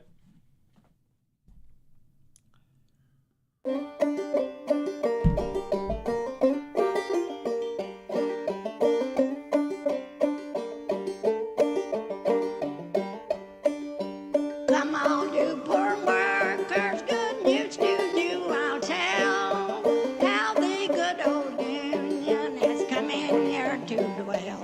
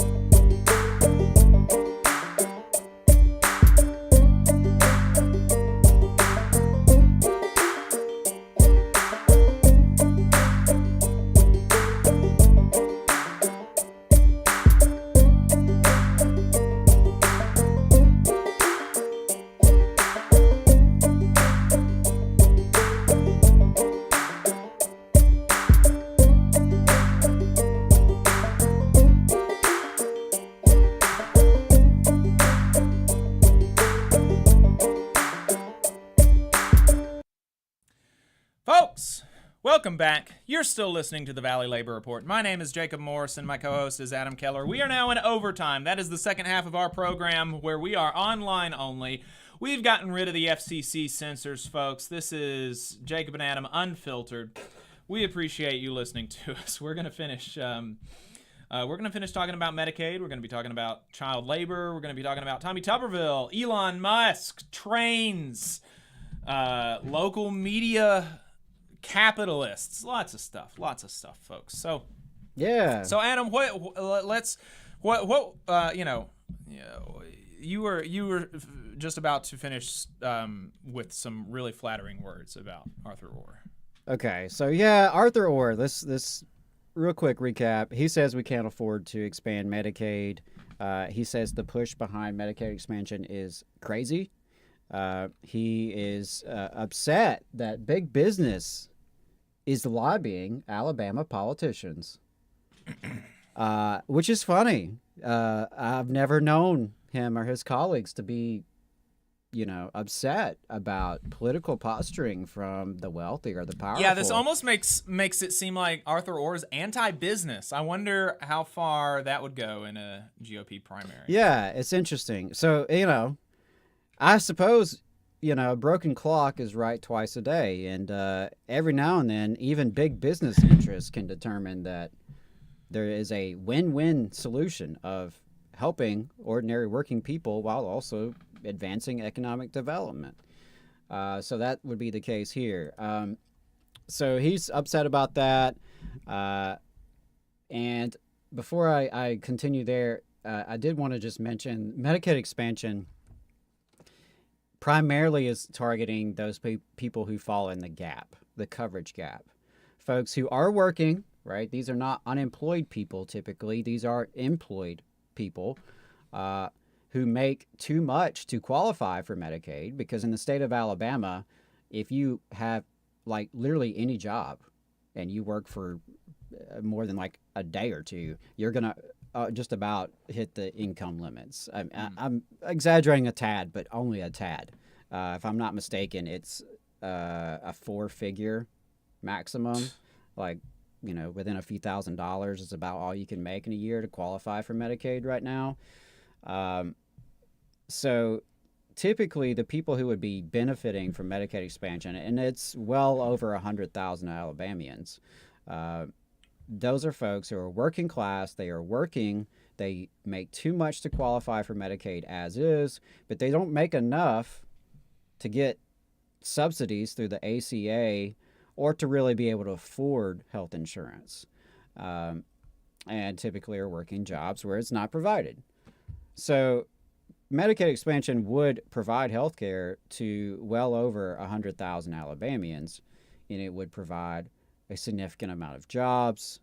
It would shore up the hospitals, particularly in rural areas. It would be a massive economic development project.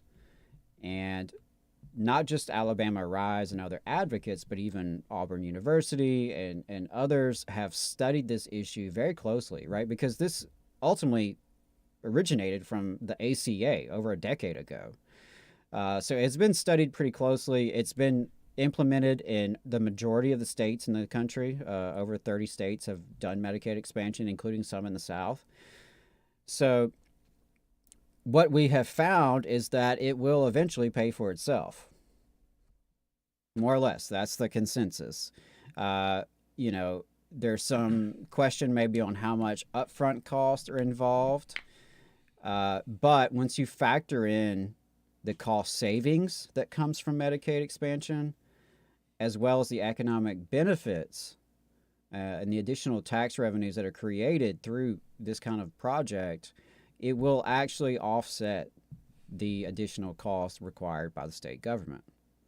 So I wanted to make sure I put that out there because, yes, the tax rebate is a one-time thing versus an ongoing obligation. But when you look at the issue, it's pretty clear that the benefits so far outweigh the cost when it comes to Medicaid expansion. So one of the things that, to me, I find really interesting, though, about Senator Orr's framing of this, that it's just crazy talk pushed by special interest, is that it raises one of the really essential contradictions within Alabama politics. Our government is dominated by an alliance of big mules, the wealthy, powerful big business interests, and the ideological far right. And there's a lot of overlap, obviously, in those two groups. There are at times contradictions within this alliance, though. And I think Medicaid expansion is a good example of that. Here we have what is widely known as one of the most significant economic development projects that we could take on. It would help both labor and capital. It's a win-win. But in their commitment to far-right ideology, we're seeing a lot of Alabama Republicans, in this case, are literally willing to restrain economic development and growth in the state, while also opposing their capitalist benefactors, right? They are taking a side against the Business Council of Alabama. And that's a contradiction that we're seeing play out constantly across other states and across the national level as well within the Republican Party, right? The contradictions that pop up occasionally between this far-right extremist ideology on the one hand and service to capital on the other. Now, Orr did say it would cost the state $200 to $300 million a year for Medicaid expansion. And as I pointed out, I wouldn't necessarily take that statement to the bank. He may be accurate in terms of an initial year, but the research seems to contradict that. But even if we take him at his word, let's assume he's right. He also said, quote, "And the general fund budget's in good shape now, but it can change and turn on a dime. There's not just a lot of appetite to take on that additional cost," close quote. Now, again, this is the same guy who wants to do a $500 million tax rebate out of the education budget. And I also want you to keep in mind the research I mentioned that it's going to pay for itself. Also keep in mind what we mentioned earlier, in reference to Anthony Daniels' op-ed. Alabama is 49th per capita in tax collections. So we already have a highly inadequate, highly regressive tax system. You can't convince me, right, that you can't come up with solutions for this. Or also engages in fear-mongering about the federal debt, which I found to be just frankly irresponsible. He said, quote, "And we know the feds, they don't have the money in the first place," close quote. So you heard it, Jacob. I hope your bosses know that. Everybody else in AFGE, I hope they know. Feds don't have the money. According to Senator Arthur Orr, Alabama can't join the dozens of other states who've expanded Medicaid because the federal government does not actually have that money. I'm sure that would be news to all those states who are benefiting from that program. Not to mention the majority of the professional managerial class in the Huntsville area who draw comfortable salaries from federal military spending and who make up probably a significant amount of his donor base, that being Arthur Orr. You know, the national debt, the federal deficit, it's a specter that is trotted out by Republicans every time there's an opportunity to use the government to help everyday people. But it's conveniently forgotten when it comes time to cut taxes, increase corporate welfare, and pile more and more money into the war machine. Interesting how the debt only matters sometimes.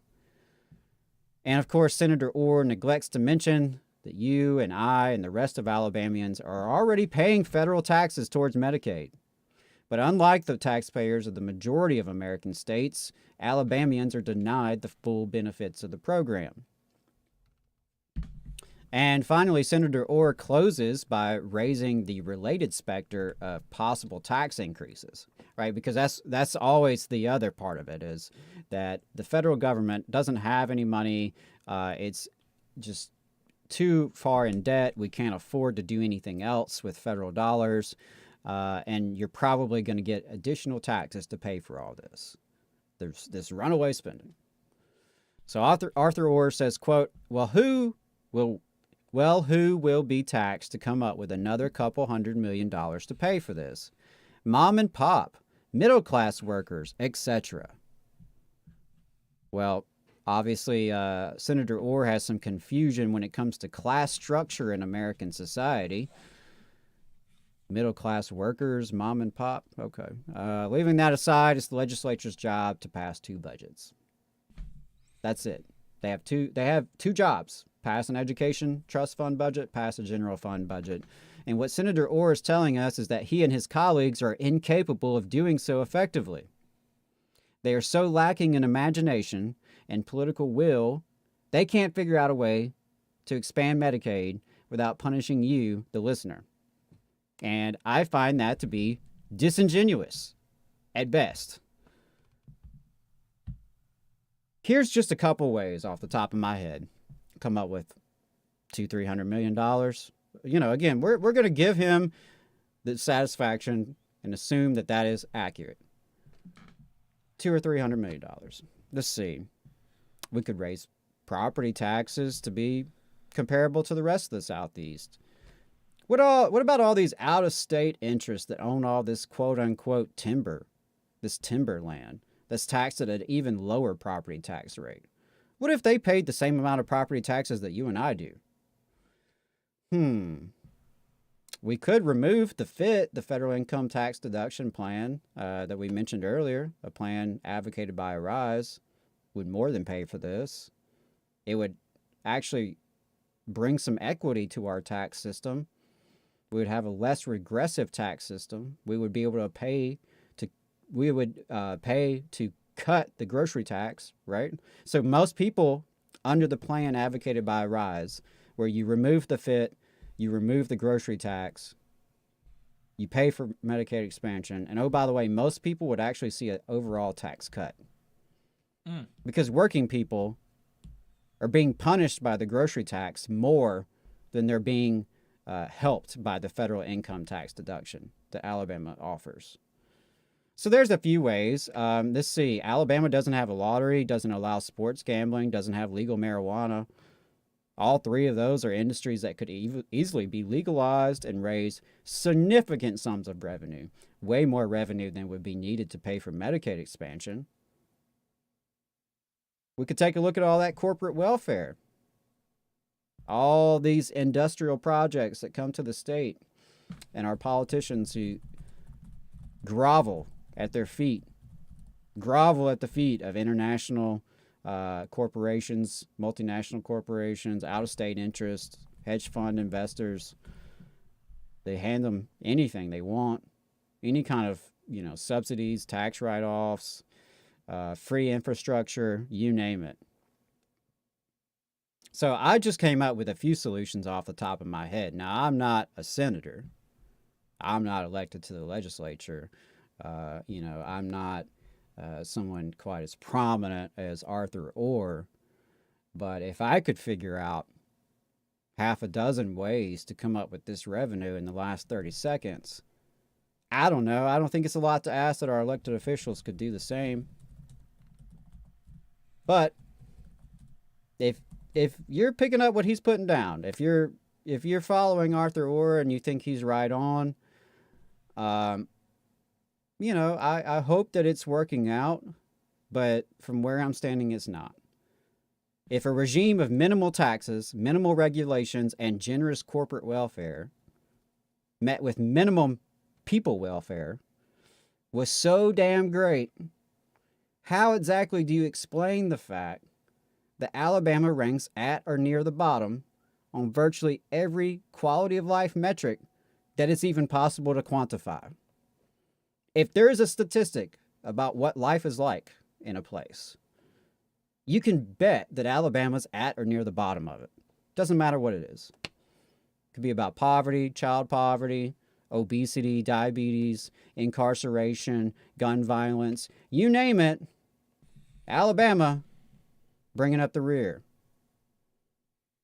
The same politics that Arthur Orr and his colleagues are advocating, where we don't invest in the needs of working people, we just slash taxes, we slash regulations, and we only operate state government to the benefit of corporate welfare, we've been trying that approach for literally most of our state's history. That's the dominant approach to Alabama's political economy for most of our history, minus a few years here and there. And, you know, you don't have to believe that if you don't want to. But there's no debating that the Alabama Republican Party has had a supermajority of the legislature, the executive branch, the judicial branch, since the 2010 election. They have had total control. Alabama Democrats don't even have to show up in Montgomery. Would change nothing materially in what they can accomplish. Has the quality of life for the average Alabamian gotten better over the past dozen years? Has the logical consequences of this kind of politics, where we can afford to give tax cuts out of school money, but we can't afford to provide health care, how's that been working out? Do you feel like the quality of life has gotten better for you? So that's my question for Arthur Orr. If this approach is so damn successful, explain why the people of Alabama suffer like we do. I don't get it. And someone in the chat mentioned that apparently Senator Orr served in the Peace Corps when he was younger. I find that interesting. You know, there's some Republicans who play the game. They're not quite as ignorant as they may sound on TV and radio. They know better. Arthur Orr knows better. He knows damn well what the research says about Medicaid expansion. He knows damn well there's so many different ways you could pay for it. I mean, hell, look at how many frivolous lawsuits the state of Alabama engages in year after year after year. Engaging in frivolous lawsuits, getting sued because we do unconstitutional things year after year after. There's so many different ways you could find a solution to this. But the obvious answer here is they don't want a solution. They don't want more Alabamians with health care. They don't want to grow the economy from the bottom up. They don't want that. And they damn sure don't want to ever imply that wealthy folks, corporations, the big business interests, and wealthy, powerful elites who actually run this state, they don't ever want to imply that they might actually have to pay their fair share of taxes. That they might actually have to pay for the wealth they exploit and extract from this state. So, that's Arthur Orr for you. State senator out of Decatur. We can't afford Medicaid expansion, but we can afford a rebate. Yeah, absolutely. Really gross. But he's not, obviously he's not the only gross politician that Alabama has. And another one of those is Tommy Tuberville. Boo. Yeah, hiss. Boo. Tommy Tuberville is, he was elected as a Republican. And, obviously, as a Republican, he has an obligation to pretend to care about law and order and back the blue and I love cops and I love law enforcement and all this kind of stuff. But we have talked about over and over and over again how conservative pundits and politicians are only interested in enforcing the law when the recipients of the enforcement are poor people, are workers. That's the only times that they're interested in enforcing the law, and that they're interested in making the lawbreakers answer for their crimes. And we've got another example of that just last week when, here again, Vermont Senator Bernie Sanders showing support for Alabama workers while our politicians sneer at us. So Vermont Senator Bernie Sanders sent a letter to Howard Schultz, CEO of Starbucks, requesting that he testify in front of the U.S. Senate's Health, Education, Labor, and Pension Committee to answer for his illegal union-busting activities. And this is obviously the case that he has broken the law. He has directed his company to violate our federal labor law. This is indisputable, absolutely indisputable. And it's happened even here in Alabama. Alabama has 85 Starbucks stores, and we wrote about this actually on our website, tvlr.fm. You can go to the articles section, and Haley Zarnick, from an organizer with the Campus Workers of America, CWA, United Campus Workers, CWA. So definitely check the article out. There's going to be some stuff in there that we don't actually go over. But, Alabama's got 85 Starbucks stores, and 2 of them have held union elections. Both of them won, but only after significant retaliation from the company. And since the elections, they've faced significant retaliation from the company. At the Starbucks store, 2 organizers were fired just before ballots went out, while others at both the Scottsboro store and the unionized Birmingham location faced hour cuts and schedule changes. The Birmingham Starbucks workers faced terminations as well, and one of those terminated organizers, former shift supervisor Kyle McGuckin, was fired in October immediately after returning from paternity leave. McGuckin had been organizing publicly for months. He talked to us on the program, and he was denied his wine garden rights while they requested a union representative be present for the meeting in which they were terminated. And so, that's a violation of labor law. When a worker is facing termination or is facing any kind of discipline, they have a right in a union workplace to have a union representative there. And Kyle McGuckin, they were not allowed to have their union representative. And it's just, all of this is just so flagrant. But obviously, Alabama Starbucks workers aren't the only people seeing this kind of illegal retaliation. And in fact, in some places, it's been worse. Starbucks Workers United, the union that most of these organizers are unionizing with, they say that over 100 workers across the country have been fired in retaliation, and that the hour cuts and schedule changes that Alabama Starbucks workers are seeing are part of a national campaign to try to demoralize the workforce. Just on the other side of the Alabama-Georgia line, a vocal pro-union worker was fired for tweeting that he was told to work while testing positive for COVID, which is all facts. He was testing for COVID. He tested positive, and he was unsymptomatic. He felt fine, but he was testing positive for COVID. And he told his employer, his boss, he was like, I probably shouldn't come in. I'm still testing positive for COVID. And, as a Starbucks customer, I do not want asymptomatic COVID positive people serving me coffee.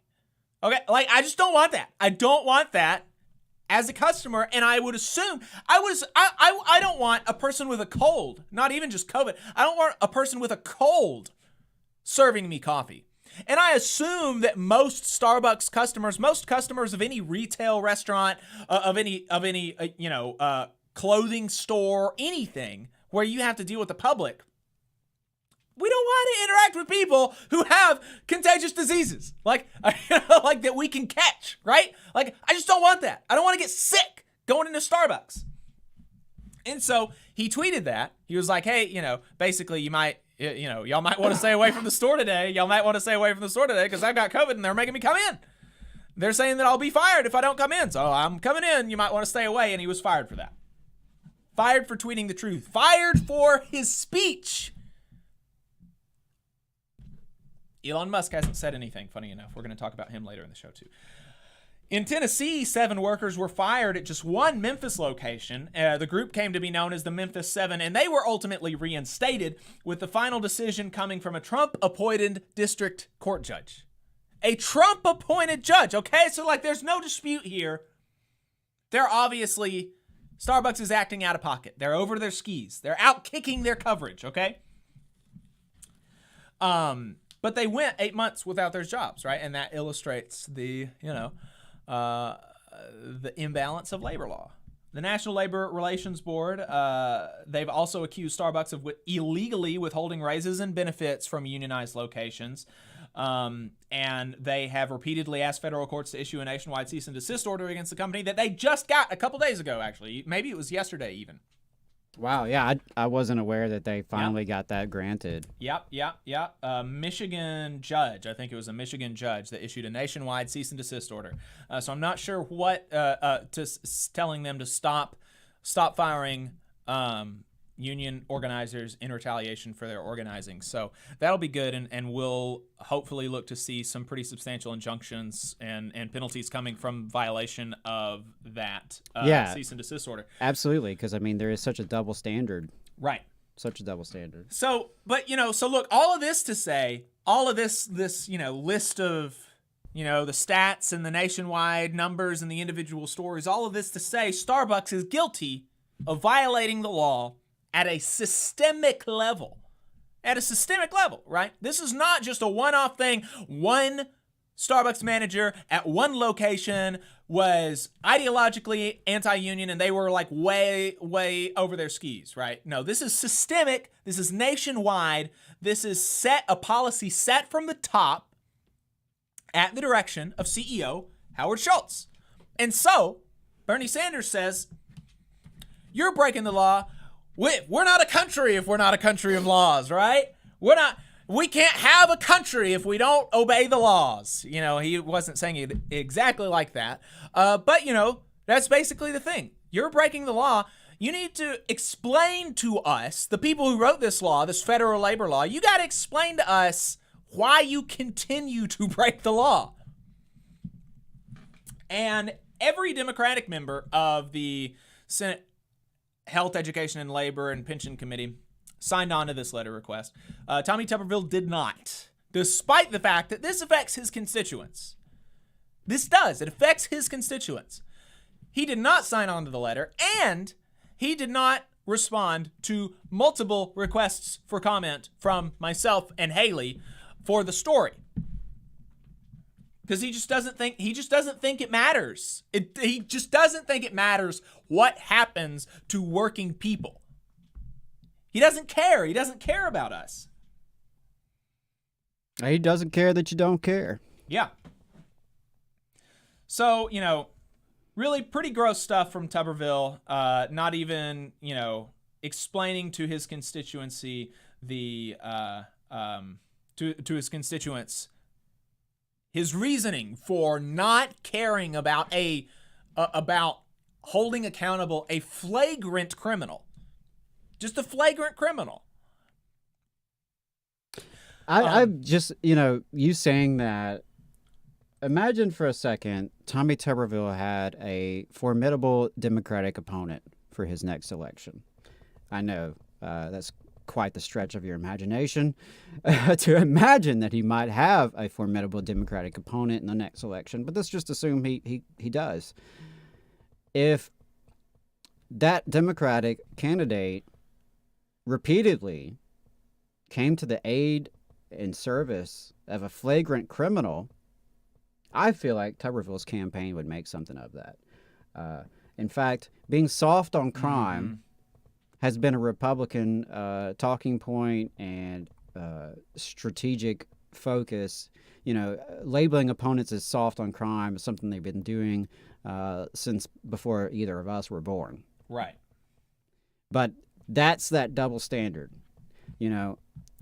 It's CEOs have one standard. Working people have another. When working people commit crimes, we get beat up by the police. We get thrown in cages. All of our money's taken. And maybe we'll get out. Maybe we won't. Mm-hmm. Unfortunately, we see how many people never make it out of jails and prisons, particularly in Alabama. Right. But CEOs, they get to commit crime sprees. Yeah. And they have sitting senators come to their service. Right. A corporation's considered a person, right? Corporations are people, according to the Supreme Court.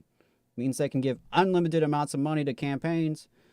But do corporations ever get the same consequences as people? No. When's the last time a corporation got a death penalty? I mean, I'm shocked that there's apparently a cease and desist that actually is coming down the pike against Starbucks. But yeah, like you mentioned, what are the penalties going to be? What are the injunctions going to look like? How is it going to look in comparison to the way working people are treated? Yeah. But, so that letter was a request. It was not, legally binding at this time. And Starbucks has responded denying the request. They said in a statement, given the timing of the transition, his relinquishment of any operating role in the company going forward, and what we understand to be the subject of the hearing, we believe another senior leader with ongoing responsibilities is best suited to address these matters.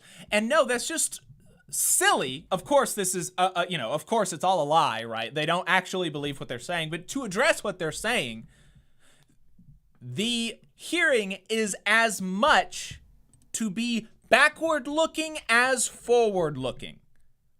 Explain to us your rationale for willfully and repeatedly violating federal law over the last year and a half. Why have you done this? Why have you directed your company to do this? Sure, there's going to be an interest in what the plan is going forward, but we want to know, he needs to answer for his crimes in the past. And nobody is better to answer to that than Howard Schultz. And, obviously, it's almost silly to respond to the thing because they know it's a lie and you know it's a lie and I know it's a lie. But just to address it for anybody that doesn't.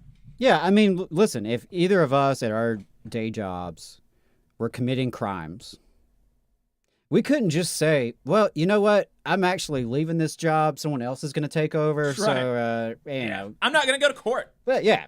No. I mean, it's all ancient history, right? I mean, someone else is I'm retiring. So whatever. I don't think it works that way for working people. No, it doesn't. And so Bernie Sanders hinted that they would be issuing a subpoena. He said one way or another, he will be there. But as you know, that's not the decision of the chairman alone. So I'm not exactly sure how you go about issuing a subpoena, how many people have to support the subpoena. But undoubtedly, Tommy Tuberville will not support the subpoena. But we'll ask him. We'll ask him if he'll justify his silent support for lawbreakers. But we'll see. We'll see what happens, and look forward to hopefully Howard Schultz being subpoenaed. Yeah, definitely want to see that happen. And y'all check out Haley's article. Yes. And we appreciate Haley's article. Absolutely. Hopefully by this time next month, the website will be even more polished and easier to find articles like that. But yeah, great job with that, Haley. And Tuberville, you suck. Yeah. So child labor has been something that we've been covering quite a lot on the program. Just really, so many instances and examples and reasons why our society is sick. That child labor is such a common issue. It seems like today in the year of our Lord 2023. It's super weird. But the New York Times has a new report out on Packers Sanitation Services Incorporated.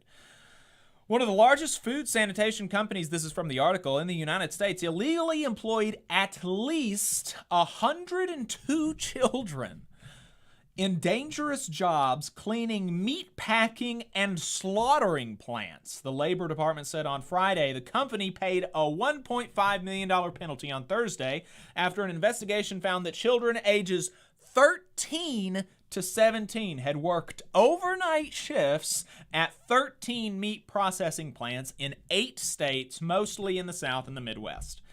The department said the children had used hazardous chemicals to clean processing equipment, including back saws, brisket saws, and head splitters. Its investigators learned that at least 3 minors had been injured while working for the company. Under the Fair Labor Standards Act, the Packers, the company, was fined $15,138 for each illegally employed child, which is the maximum civil monetary penalty allowed under federal law. That's bizarre. Just absolutely bizarre. Some researchers have criticized the civil monetary penalties, which are set by Congress, as woefully insufficient to protect workers and to deter employers from violating labor laws, which is obviously the case. Some of the children experienced caustic burns and other injuries, the department said. One 14-year-old who worked from 11 p.m. to 5 a.m. 5 to 6 days a week suffered chemical burns from cleaning machines used to cut meat, the department said. School records showed that the child fell asleep in class or missed class because of the job at the plant, the department said. What a sick society. What an absolutely gross. What else can you say about that other than just revulsion and disgust? That I don't have any other commentary other than just to remind people that some people, I'm reading this story, you're hearing this story or have read this story, and you're thinking, what the hell? What evil people? You're reacting like a human, You're not just an evil animal, right? But there are evil people among us, and they're reading this story, and they're thinking, "Oh, the only issues are the regulations." These people, they're working. These children, a 14-year-old child working 11 p.m. to 5 a.m. and then going to school. What a good work ethic. We need to incentivize that kind of behavior. More children should be working from 11 p.m. to 5 a.m. That's the kind of shit that some people are thinking, as evidenced by Iowa Republican Jason Schultz putting forward legislation to legalize exactly that kind of thing. Allowing children as young as 14, his legislation would allow children as young as 14 to work in coal mines. I mean, it's like, how do you, it's so bizarre, because I know rationally, surely this guy isn't just sitting at home like smoking a cigar being like, oh, it's so great to be evil. But, presumably this guy is like nice to his children, and he's like, I don't know, he shakes hands with people, but how, it's so difficult to understand how somebody could either write this legislation or pick up this, copy of industry drafted legislation and put your name to it and not feel bad. But he can't feel bad. He surely must have justified this to himself in some way, but I don't understand how. It's wild to me. It's so wild. I imagine you have some, there's probably a Venn diagram with a lot of overlap, and the two circles would be the ideological types and the non-caring types. The non-caring types would put their name on this kind of legislation because they don't give a shit, because it's not their kids. Right. Of course. And frankly, even if it was their kids, they probably still wouldn't give a shit, but they certainly don't give a shit about these other people's kids. As someone in the chat put, it's often migrant kids anyway, so damn sure don't care about them. Right. And then you have the ideological types who probably have done some mental gymnastics, and in their brain they have convinced themselves that the ends justify the means because it'll make the lines go up on the graph, and therefore the market will do better, and everyone's going to be better off because capital will be happy.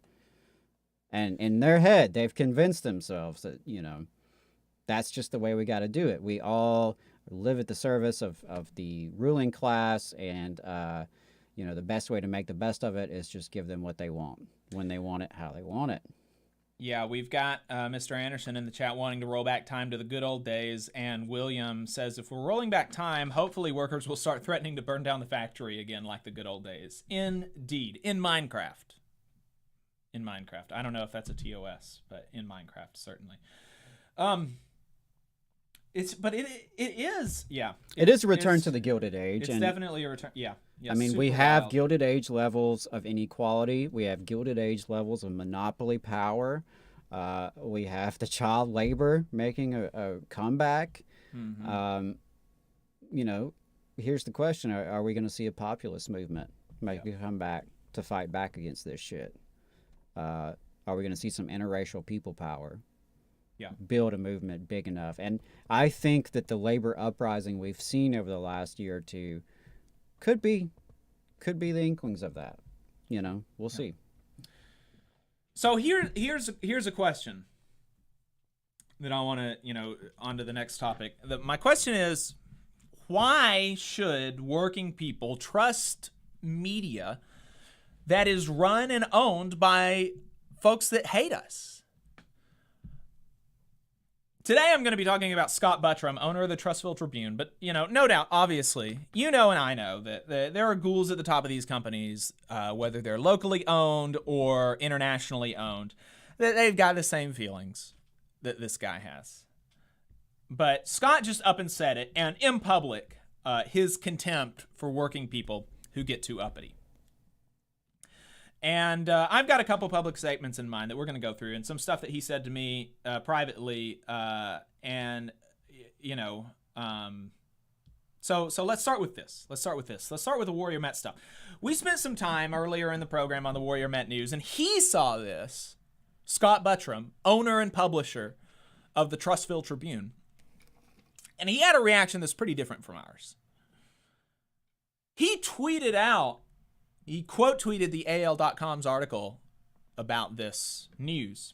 And he said, "So these workers lost $200,000 for nothing. Union strong," with a laughing, crying emoji. And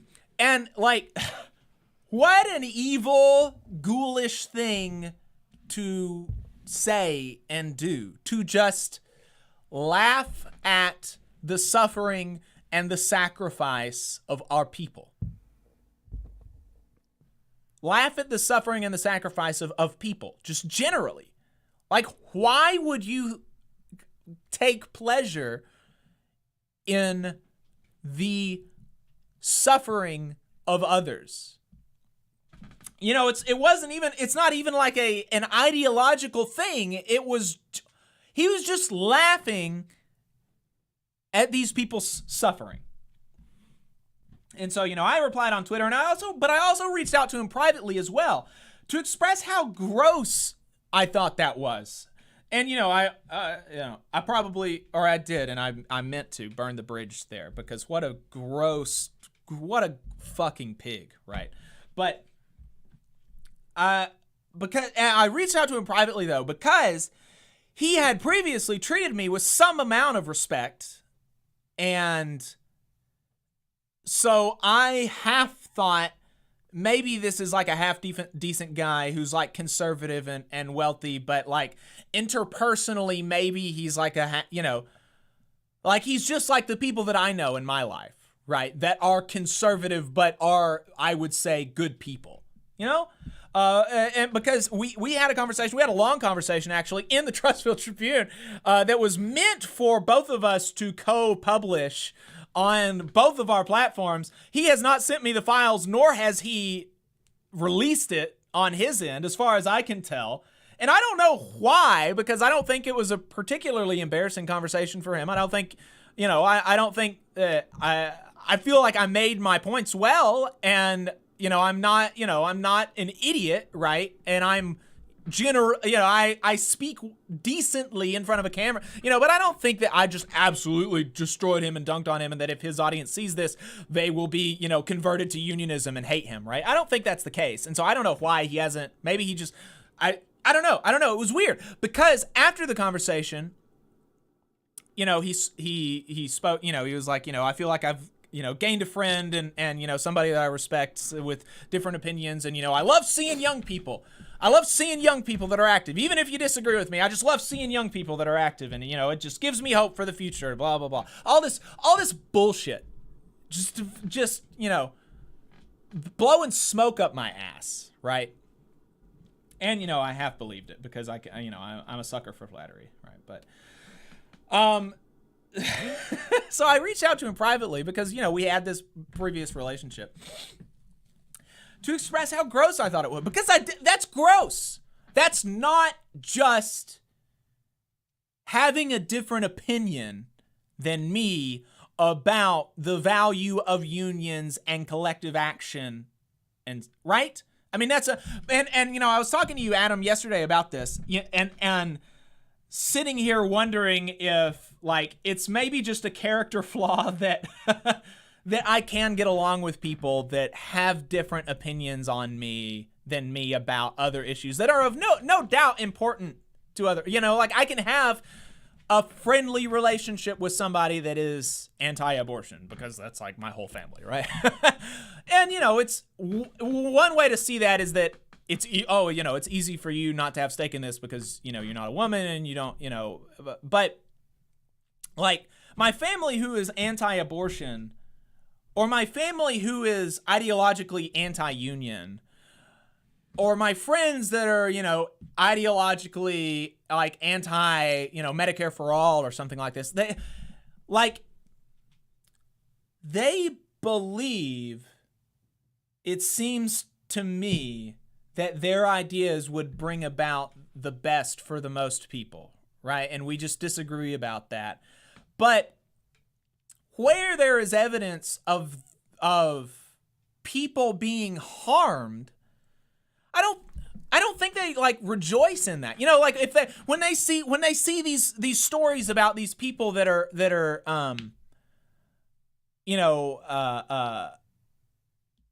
harmed by not having Medicare for all, I don't think they like laugh at it. When they see these stories about people who, you know, are not allowed to get abortions because of a law and that inflicts some amount of suffering on them, I don't think they laugh at that. You know, but this guy is laughing at these people for losing, for having lost a battle, and no doubt they suffered for it. They no doubt lost, probably $200,000 that they could have made if they hadn't gone on strike, potentially, right? And so this is a big loss for these people. And he's laughing at them. And so that just seems qualitatively different to me than just having a different opinion about the effectiveness of unions or this or that or the other thing. So I was really like grossed out by it. And I let him know.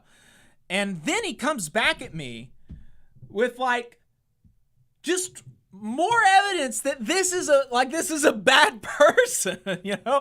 Like he comes back at me with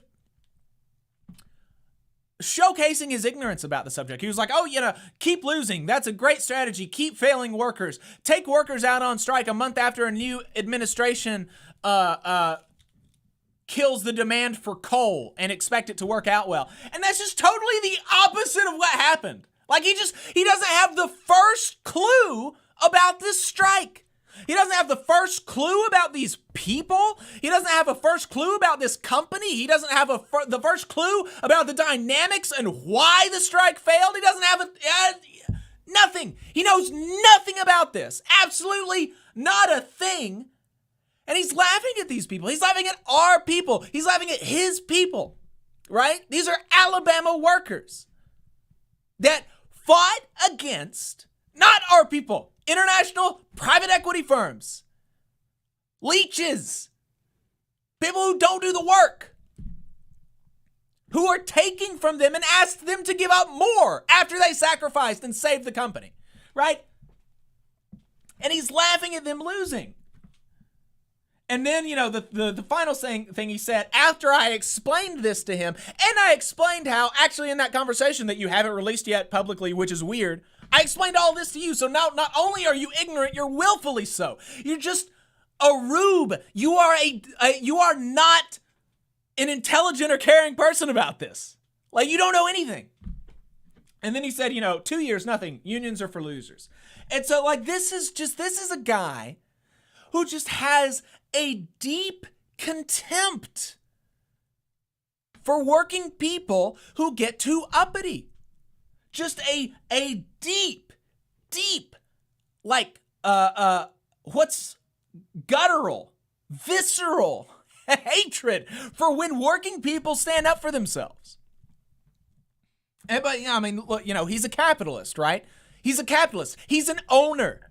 He profits off of the labor of others, right? And so, it makes sense. It is in his material interest to have this visceral feeling. And he's the guy who likes to consider himself one of the good ones, too. In our conversation, he talked about how, oh, yeah, well, the Trustville Tribune was failing, and, I just felt so bad for our community, trying to make his investment decision into some like high-minded whatever, right? Like, oh, I just felt so bad for the community losing our local paper after so long, so I bought it. And I kept it running, and we're doing better now than ever, and whatever, and I'm so proud of blah blah blah blah blah, right? Trying to make his investment decision into this moral thing. So this episode obviously showed that he has a deep contempt for working people. And so, like, why should we trust the Trustville Tribune to be fair to working people?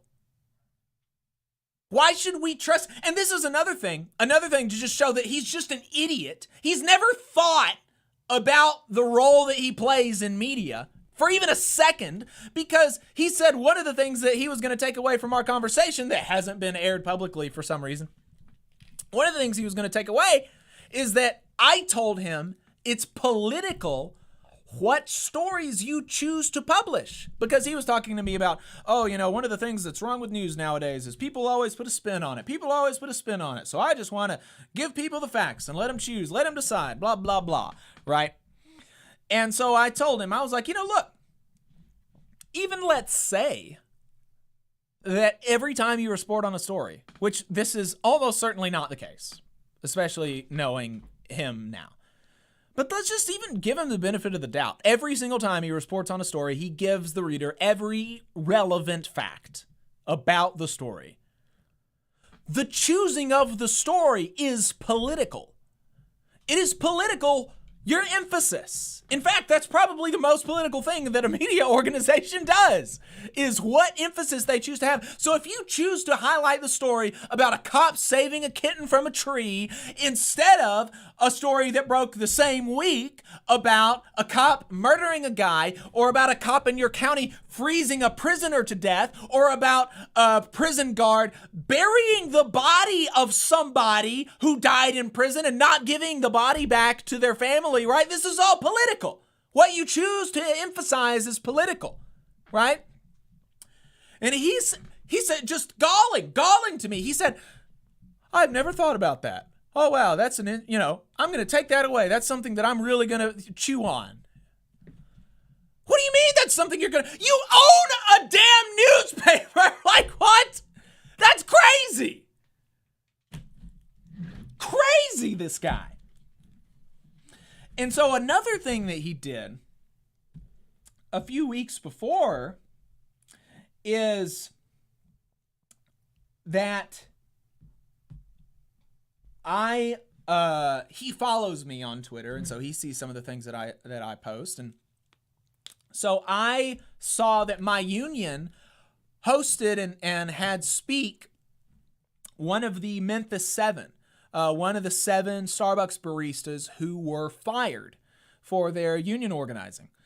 And so she spoke at my union, the American Federation of Government Employees, our legislative convention last week in D.C. So I was really proud of that. I was like, that's really cool. I'm really proud of my union for highlighting the work of this young organizer, lifting her up. That's really cool. So I tweeted it, and he found the same tweet, and he quote tweeted it. And he said, the Starbucks union, protecting employees from the workplace hazard of espresso machines and coffee makers. And it's like, here again, in the same way that he's like laughing at the suffering of coal miners, which is a culturally,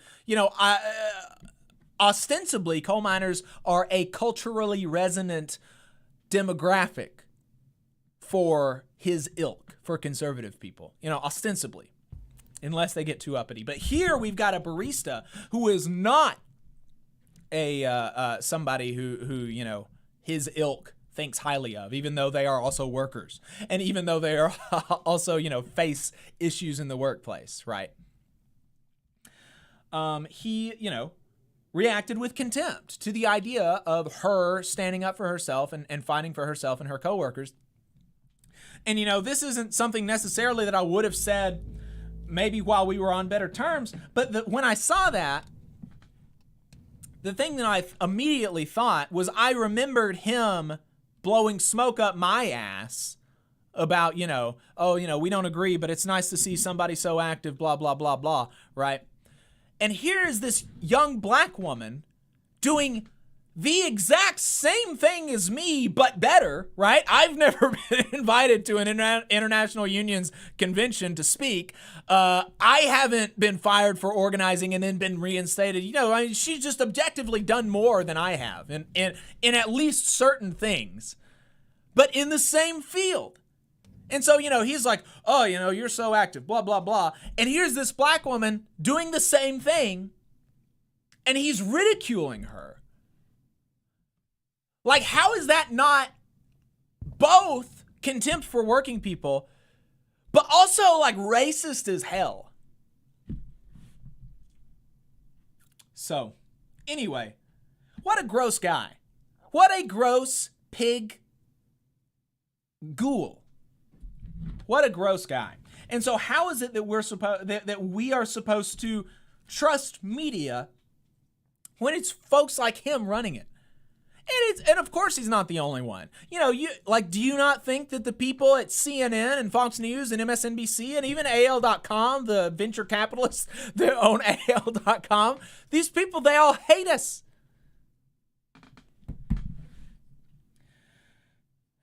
And that brings us to the next thing, another critique of some local media, but a bit more friendly. Kyle Whitmire is a local opinion columnist, and he he's like a liberal, and he's done some good. He's done some even good journalism stuff, just aside from his opinion stuff. Right, Adam? Yeah, I would agree. Yeah, he's done some good work, and in fact, he's done some work in the past year or two on Alabama history that I was very appreciative of. To see like the Eufaula massacre and the populist coalition and the racist counter-revolutionary 1901 Constitution. To see that out in mainstream media in Alabama was good. Love to see it. Very appreciative of that. So, I don't agree with Kyle Whitmire's politics, but he's done some good work. And what's wild to me is how you can do some of that work and clearly it's not all clicking, right? It's not all sticking with you. Right.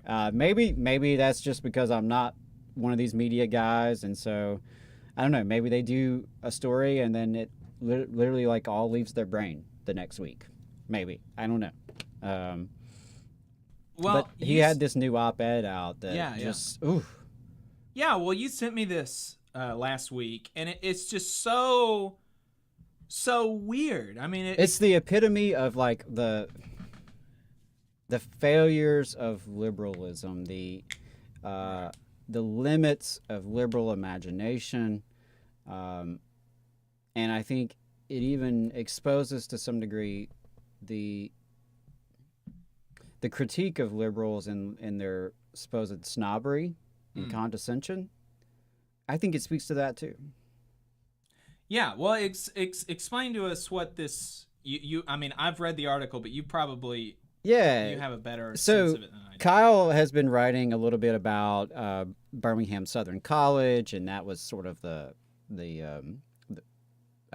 hook for the article. It was in reference to Birmingham Southern College, and he's having this conversation with the president of the college, who brings up Henry Clay Frick and the Frick Museum.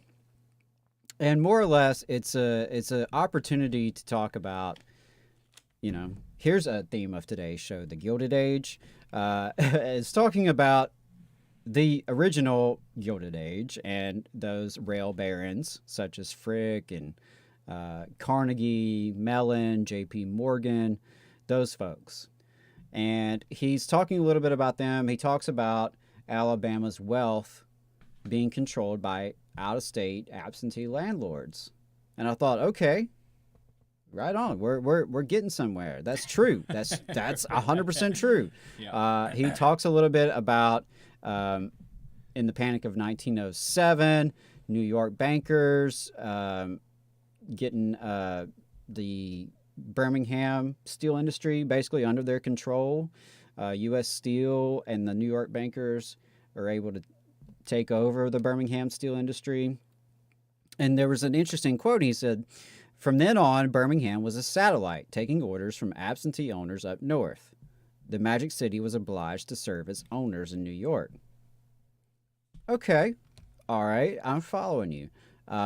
Not a lot has changed. That's a big part of our model here in this state, is that other states and other countries, capitalist interests from those places exploit and extract wealth from our state.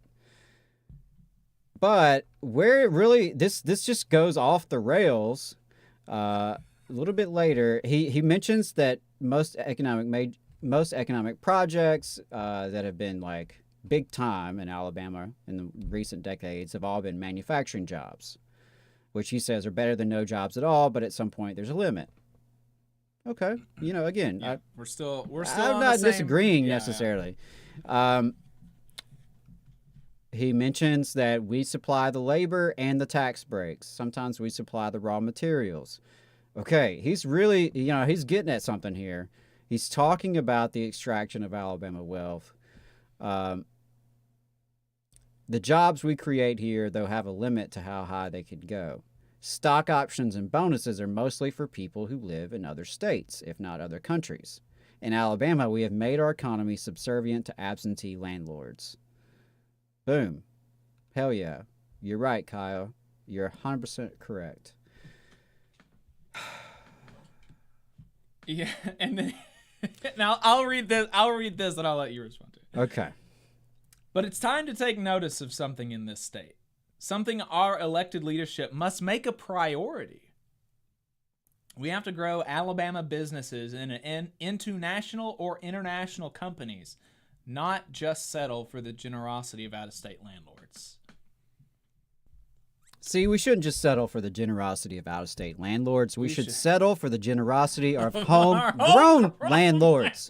What if Alabama was exploiting Mississippi? What if Alabama was the headquarters of these national and international evil corporations? Spreading misery across the earth. What if Alabama was home base, right?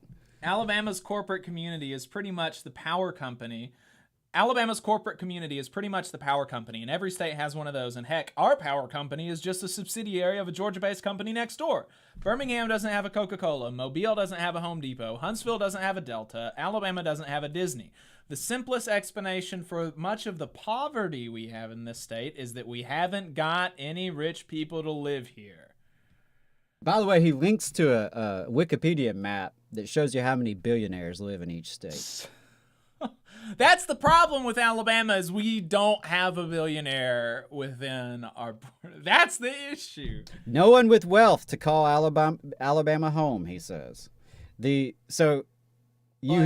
identify a real phenomena about Alabama's political economy. One of the most constant trends in Alabama's political economy. This absentee landlord aspect, the aspect of our wealth being controlled by out-of-state interests.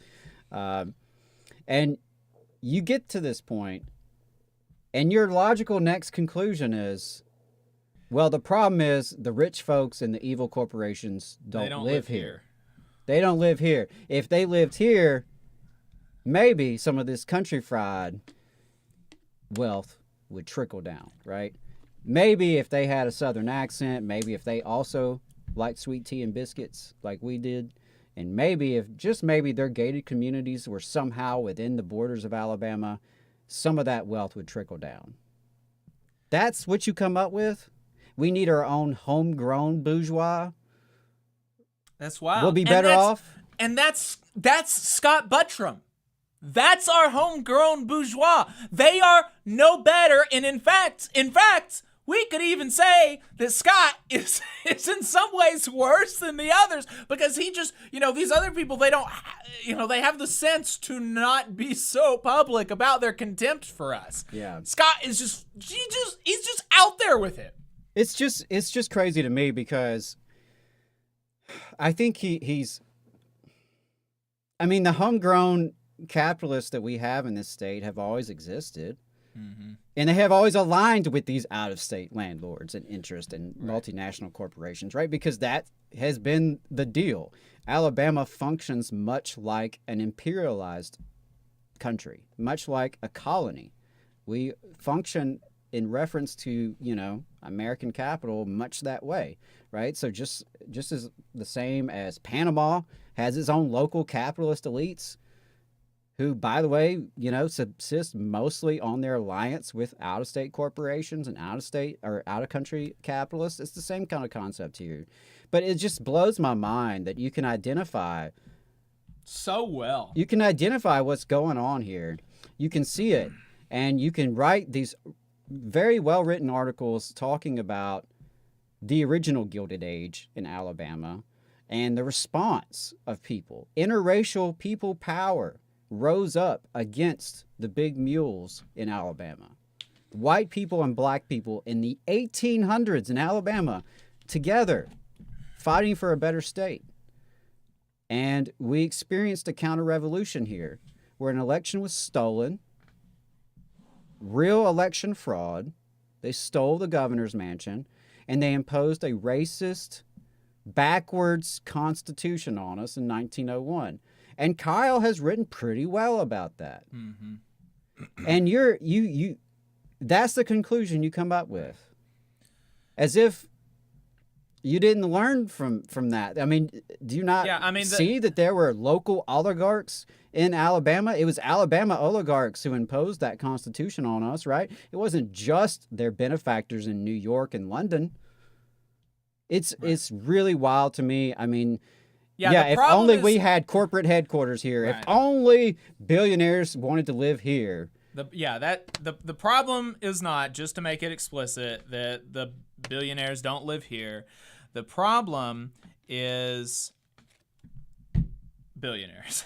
Right. The problem is not that oligarchs don't live in New Hope. The problem is that there are oligarchs. The problem is that there are people with that much wealth. That is the problem, that we cannot democratically save a local college that is dying.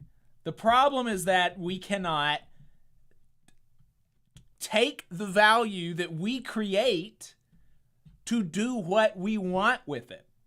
Yeah, the idea of, that's the problem. We just don't have any rich benefactors that live here.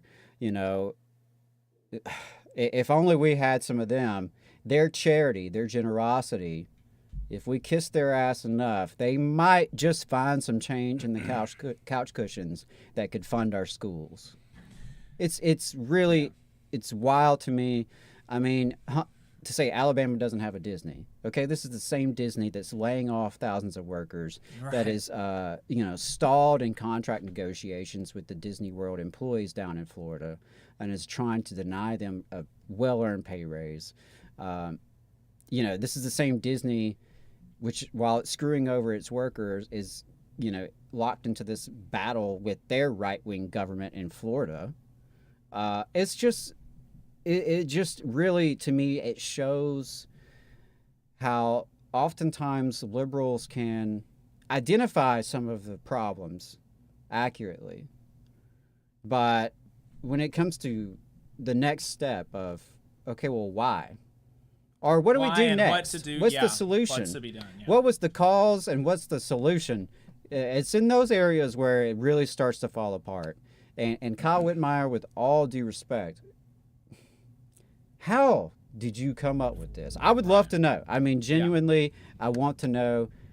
And we still have, respect for your work. If you're listening, we still have respect for your absolutely. work. We just think that some of your I'm gonna keep reading, and I'll probably keep getting pissed off when I see stuff like this, because to me, if you're a conservative and you see this, doesn't this just sort of prove the point that people have told you, that the liberal media types are just snobs? They look down on you.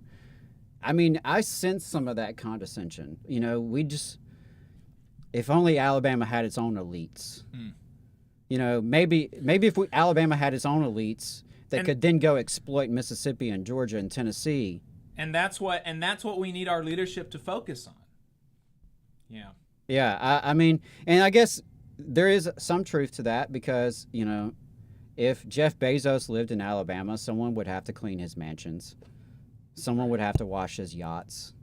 I'm sure he would have plenty of maids and butlers and other functionaries around him for his lifestyle of luxury. So I guess, if that's what you aspire to, if that's your vision of the better world that's possible, okay. Yeah. But to me, I thought that was an interesting contrast. The right-wing media guy, and then you have the liberal op-ed writer, and asking for this guy to exist. Right. Yeah. Like wanting By the this way, guy to exist. You want to know one of these guys? Jim Walter. Yeah. Jim Walter. There you go. Yeah. We had a version of that. We had Jim Walter Energies, and we see how that's turned out. Okay. So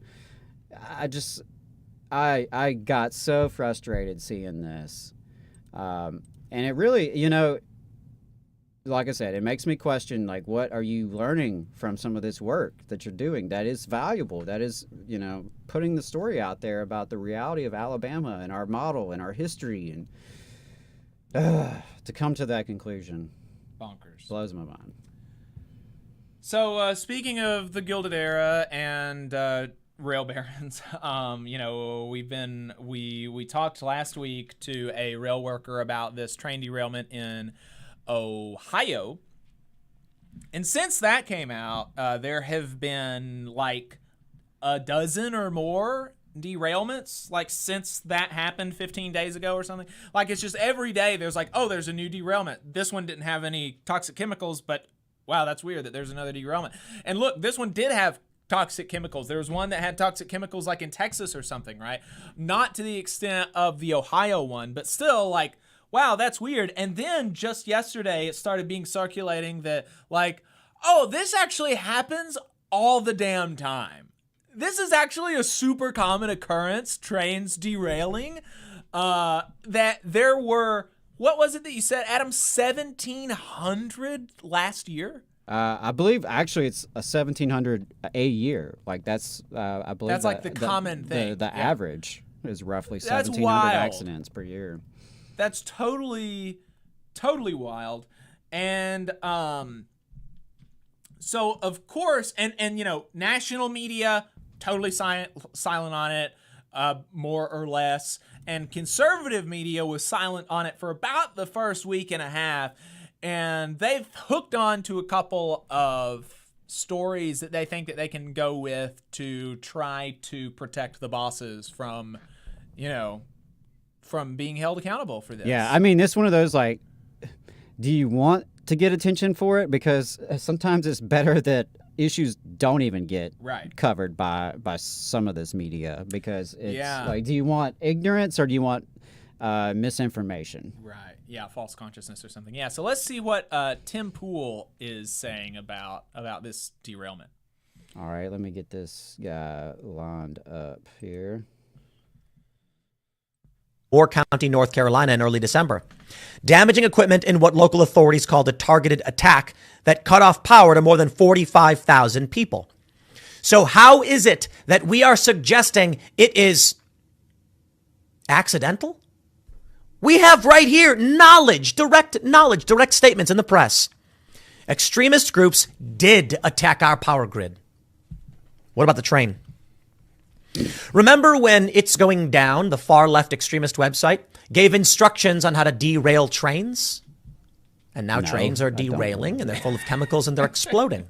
I missed that memo. Yeah, I don't know. Trains derail, man. Yeah, you don't know. They really That's do. Correct. So what can be said? Is it a network of terrorists that are attacking our grid? It may be. Maybe. But what can you do with this information? Here's the good part. Whether or not it's true is not what matters. Though it does play a role. If it's true that there is a network of extremists sabotaging U.S. infrastructure, then oh boy. Oh boy. I would argue that you should I mean, increase the amount of guns in your possession. Now, is there a network of lizard people intentionally causing train accidents just to make Norfolk Southern look bad? Is it possible? It doesn't matter if it's true or not. But you need more guns. Could you imagine? That's the. For $29.99 per month, I have an annual subscription, $29.99 per month or annual subscription of $500, and you could get the answers to those questions. There's a resolution. The resolution to the issue of trains derailing because of bad brakes and outdated infrastructure. And deregulation for 6 decades within the transportation industry. How do you fix that, Tim Pool, Mr. Tim Pool? Well, buy a gun. Buy a gun. That's his answer. Buy a gun. Buy a gun. Which is I don't care. Buy a gun. Buy a gun. I don't care. It doesn't matter to me, but that's not the solution to this story. No, it's not. And this guy in particular, I really hate the way he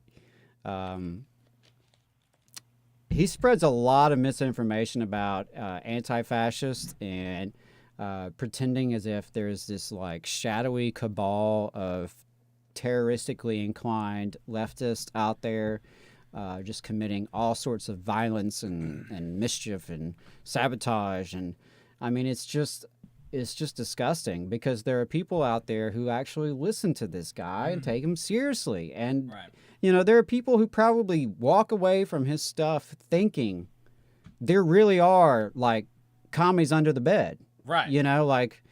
They're out there, and that just, talk about evil. That's evil because this crazy. Motherfucker knows he's lying to people. Of course. He knows he's bullshitting people and getting money off of it and confusing people and getting people riled up over bullshit. And it just, I don't know. Funny thing is, in the majority report covered this other clip, and maybe I should have pulled the other clip, but I didn't want to exactly cape a lot of what they covered.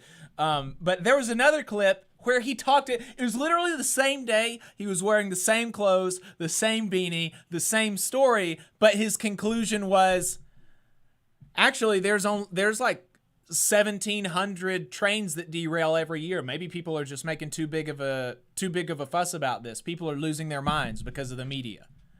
This isn't Chernobyl. The same day. Oh my God. So yeah, the media is making a big deal out of this, but oh, by the way, it could be it could also be a domestic terrorist network, in which case you need to arm up immediately. No, not in which case you need to arm up. Whether or not it's true, you need to arm up. Right. Yeah. Oh my God. Infinite Content says, yes, there's a network of extremists in the U.S. causing derailments. They're called corporate rail owners. Indeed. So that's how those are kind of the dual tracks that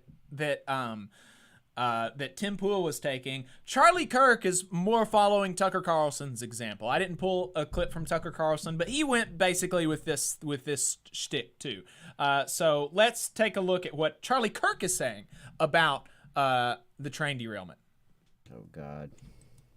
Not a single member of the Biden regime would dare to go to this portion of Ohio and breathe in the air because they know it's dangerous. They know that it is actively poisoning the citizens of Eastern Ohio. So why is it that they kind of shrug their shoulders? Yeah, let me see if I can pause it. And they say, okay, whatever. It's very simple. It's because the war on white people continues. Why would you care for the white working class voters? Well, I was going to stop and say okay, look, see here, this is a real issue. Right. Yeah. He opens up trying to, garner sympathy and portray himself as sympathetic to the people in this area who are legitimately being poisoned and dealing with inadequate government response. Yeah. And then let's pull it back and pull it back a little bit. Sure. Like 15 seconds, and let's play that again. Portion of Ohio and breathe in the air because they know it's dangerous. They know that it is actively poisoning the citizens of Eastern Ohio. So why is it that they kind of shrug their shoulders and they say, yeah, okay, whatever? It's very simple. It's because the war on white people continues. Why would you care for the white working class voters in Eastern Ohio? You haven't cared about them in other reasons or other portions, and I will prove it to you. If this train derailment happened in downtown Atlanta, in the densely populated black neighborhoods, this would be the #1 news story. It would be Flint water crisis 2.0. There would be clamoring and activism and talks for reparations. Okay, I'm going to stop there. Flint water crisis. It's still not fixed! Like, what the hell? I mean, does anyone think that, that was a benefit for Democrats? I mean,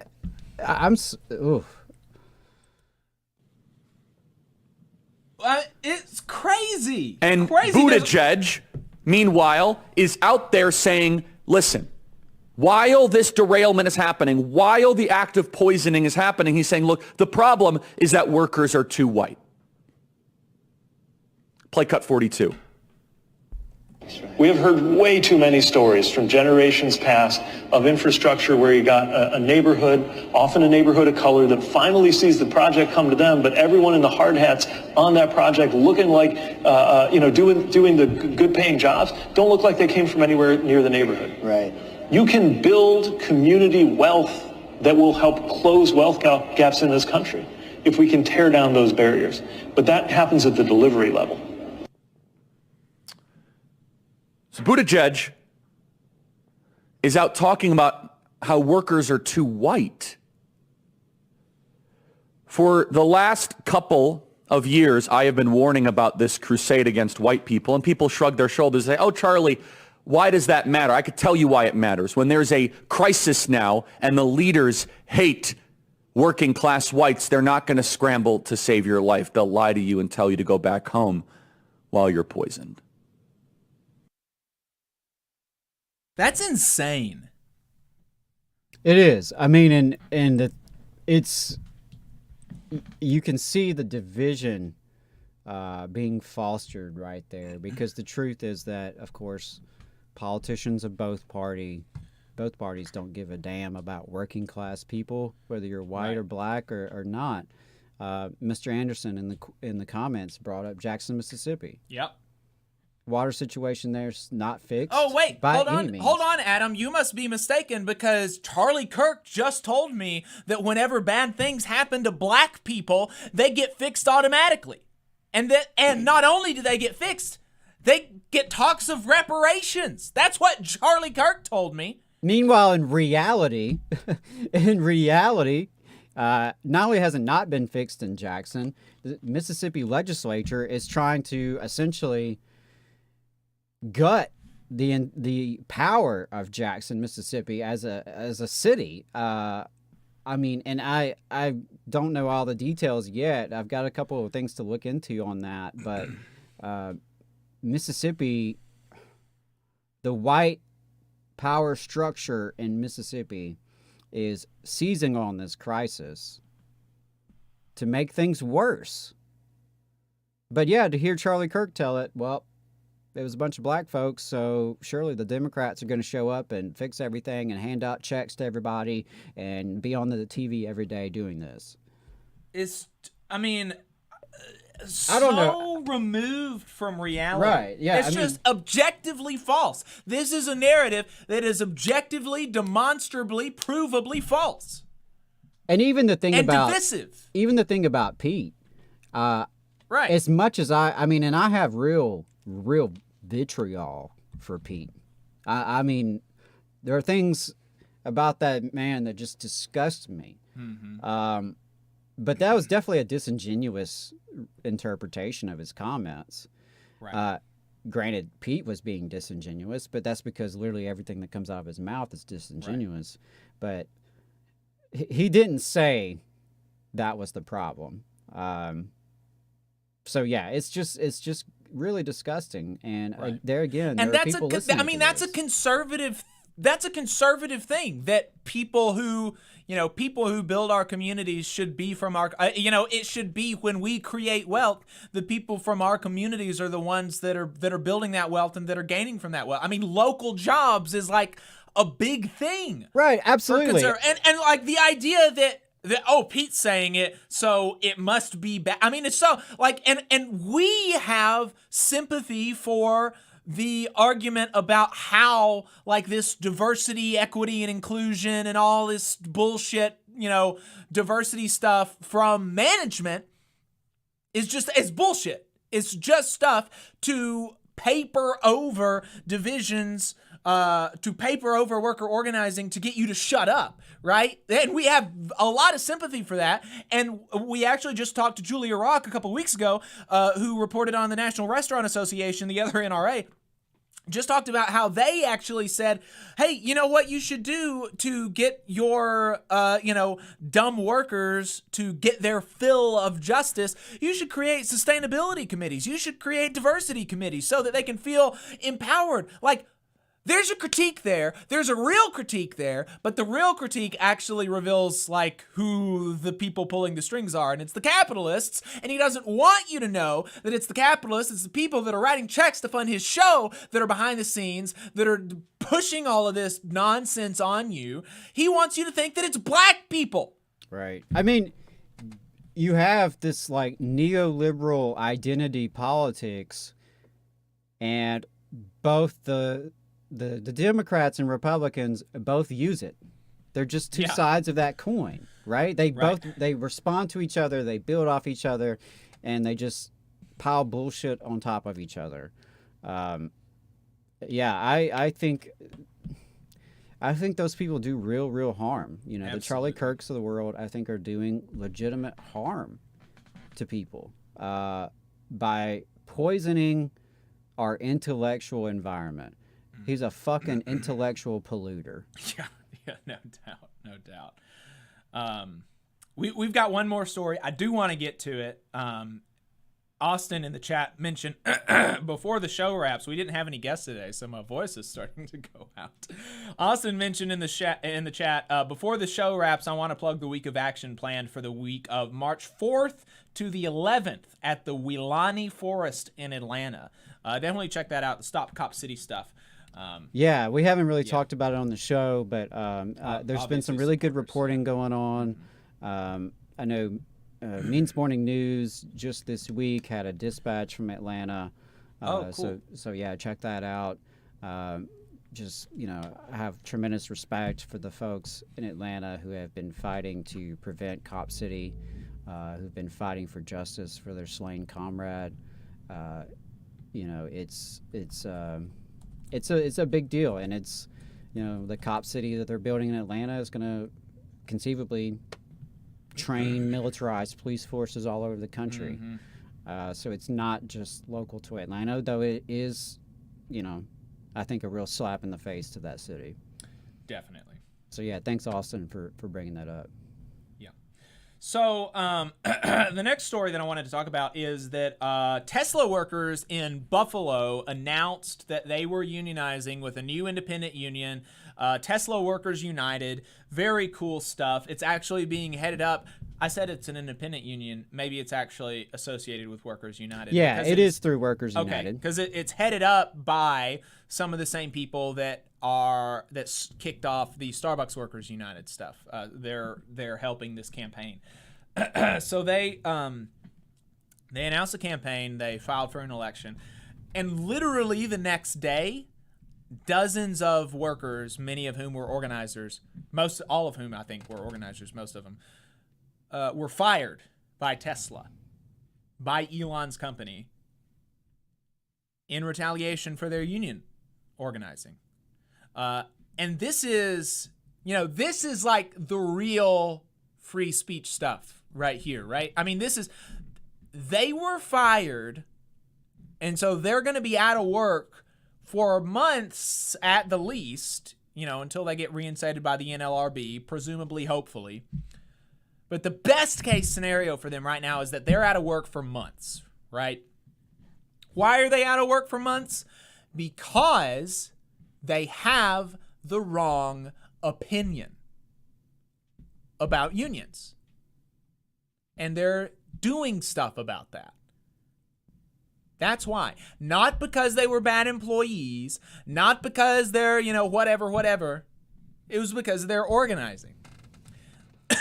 And if any of these people that have been parading around trumpeting Elon as the champion of free speech and all this stuff, if any of them even gave like half a damn about this, they would be calling him out. If they gave half a damn about actual free speech, about working people actually having the ability to speak freely, to freely assemble and dissociate and protest and all of this stuff, they would be calling him out, but they're not. They're ignoring it while covering for him. Right. Well, keep in mind, Jacob, when they talk about free speech, what they mean is the right to say slurs on their favorite internet websites. Or the right to have your right-wing book on Amazon.com. That's free speech. Yeah, I mean, because these are the same people who are pulling books out of libraries and schools. It's pretty egregious to fire the folks the very next day. That I found a little shocking that they would be that blatant. My understanding is Tesla's already put out a statement saying something to the effect of, we were already going to fire these people. It has nothing to do with, it's just, we were going to do a 4% reduction in workforce, and just so happens that we rolled up a bunch of organizers and union supporters while doing this literally the day after the campaign launches. Totally a coincidence. But this isn't uncommon, and we're going to get to this when we play this clip, or this is going to be relevant when you listen to Taibbi on Joe Rogan's show talking about how this is all coming out of nowhere. For some people, the issue with Elon Musk is coming out of nowhere. No doubt. For some people, this is coming out of nowhere, and they didn't care until he became part of the national conversation, and they were told because they're good liberals or whatever, they should not like him because he's problematic or whatever. But there have been real issues with Elon Musk forever as a boss, and some of these, he's fired union organizers in his plants before. He's also been sued for racism in his place. Yeah, I distinctly remember the More Perfect Union reporting about the racism out in California. Here's just a couple of things from an LA Times article that I pulled up. A single mother was excited to land a job at Tesla. About 3 years in, she was fired, she said, after complaining that black workers were frequently called the N-word on the assembly line. A former refinery worker couldn't wait to get into green energy. She said she soon found herself and other black workers assigned to the most arduous tasks in a corner of the factory coworkers called the plantation. An Army veteran was promoted to a fleet manager job. He said he was fired after he complained that his boss called him and two black coworkers monkeys. Their accounts expand on allegations in a February 9th lawsuit filed by the California Department of Fair Employment and Housing on behalf of more than 4,000 current and former black workers at the world's most valuable car company. The largest racial discrimination suit ever brought by the state by the number of workers affected. This is not new. And it shouldn't be surprising, because he comes out of a family that owned it honestly. Owned an apartheid South Africa emerald mine, right? So he gets it honestly, certainly. But the thing about Matt Taibbi is that he knows that. He knows that there are real critiques against Elon Musk that is not new. And Matt Leck from Left Reckoning has retweeted a tweet from Matt Taibbi from 2018, from 5 years ago, where he was about to go on the Michael Brooks show. And he said, I'm about to go on the Michael Brooks show. They're really tearing Elon Musk a new one in a flattering way, as if this is a good thing that they're tearing Elon Musk a new one. So he knows this. He knows that there are real critiques, that Elon Musk is actually really bad. He's a boss. And he has all of the bad things that go along with being a boss. But now that his bread is being buttered by Elon Musk, let's see what he has to say about him. Play that clip. It's going to be interesting. It's going to be interesting to see how this plays out. There's an amazing amount of resistance against him. And, you know, there's just the publicity campaign against him has been fascinating to watch. People go from thinking that Elon Musk is the savior that's bringing us these amazing electric cars and engineering new reusable rockets to he's an alt-right piece of shit who wants Donald Trump back in the office. And it's like, it's very wild. The speed with which they can sort of shuffle somebody into the Hitler of the Month Club routine, right? Like, you know, we've always done this with foreigners, you know, whether it's Noriega or Saddam Hussein or Milosevic or Assad or whatever it is. Like, we have a playbook for cranking out negative information about, you know, foreigners who get in our way for whatever reason. But now we've kind of refined that technique for I'm going to pause there to say, so far, I don't necessarily disagree with that, but the question is like who's the we, right? Mm-hmm. Yes, the U.S. intelligence agencies and their, you know, friends in the press and, you know, the opinion makers, so to speak, have certainly done that when it comes to foreign leaders in other countries. But I mean, I don't know. Maybe he's about to explain this, but am I getting the impression that like the same forces responsible for lying to us about Saddam Hussein are now lying to us about Elon Musk being a bad guy? Yes. What the fuck? Yeah. Come on, Matt. Domestic people who are inconvenient. You know, I think they did it with Trump, obviously. You know, they try to do it with Tucker Carlson, with you. You know, I mean, you got a taste of that for a few times. Yeah, it's interesting, right? And then, you know, with Elon, he went from being the guy who made electric cars sexy to, like, you know, something to the right of Viktor Orban in like 10 seconds. It's amazing. It is amazing. And the narrative is spread through progressive people. Well, they'll just say it now. It's like they've reached the memo. The memo's got to them. And then I hear people in LA, I hear people that I know, like, oh, Elon's just so crazy. It's like something happened to him. He went nuts and he's a right-winger now. Like, how? What are you saying? Like, what examples do you have? Like, they don't have an example. They just have this narrative that reached them, the signal.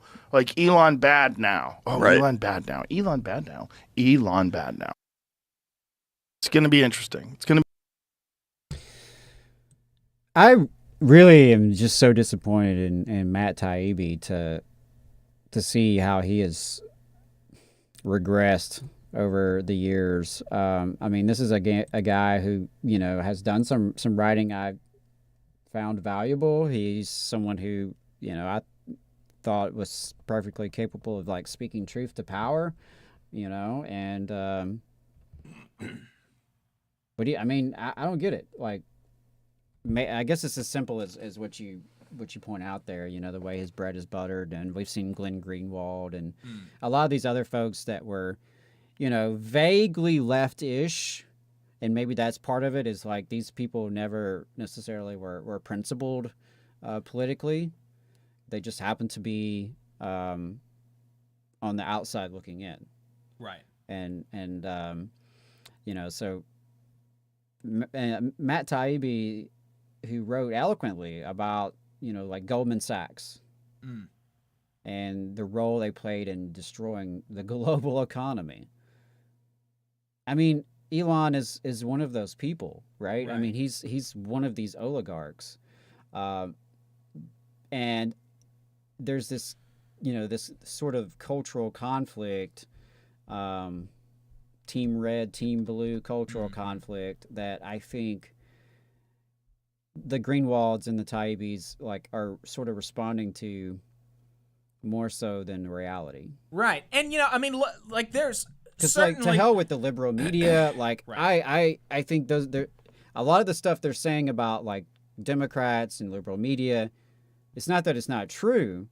It's that I think they have become the mirror image of what they're opposing. They are just as obsessed with, what's the discourse on Twitter and, who's canceling who and that kind of shit, and not actually any sort of deeper analysis or deeper look at what's happening. And, it's just, it's disappointing because I thought Taibbi, well, I know he knows better. Yeah, it's bizarre, and it's bizarre to, and I don't doubt that there are some people who just hear Elon bad and they say Elon bad and they don't really know why. But Taibbi knows why. Taibbi knows why, and he knows that maybe some of the reasons aren't the best, but he knows the good reasons. Right. I mean, 20 years ago, there were people who were going around thinking, George W. Bush, he sucked, right? Mm-hmm.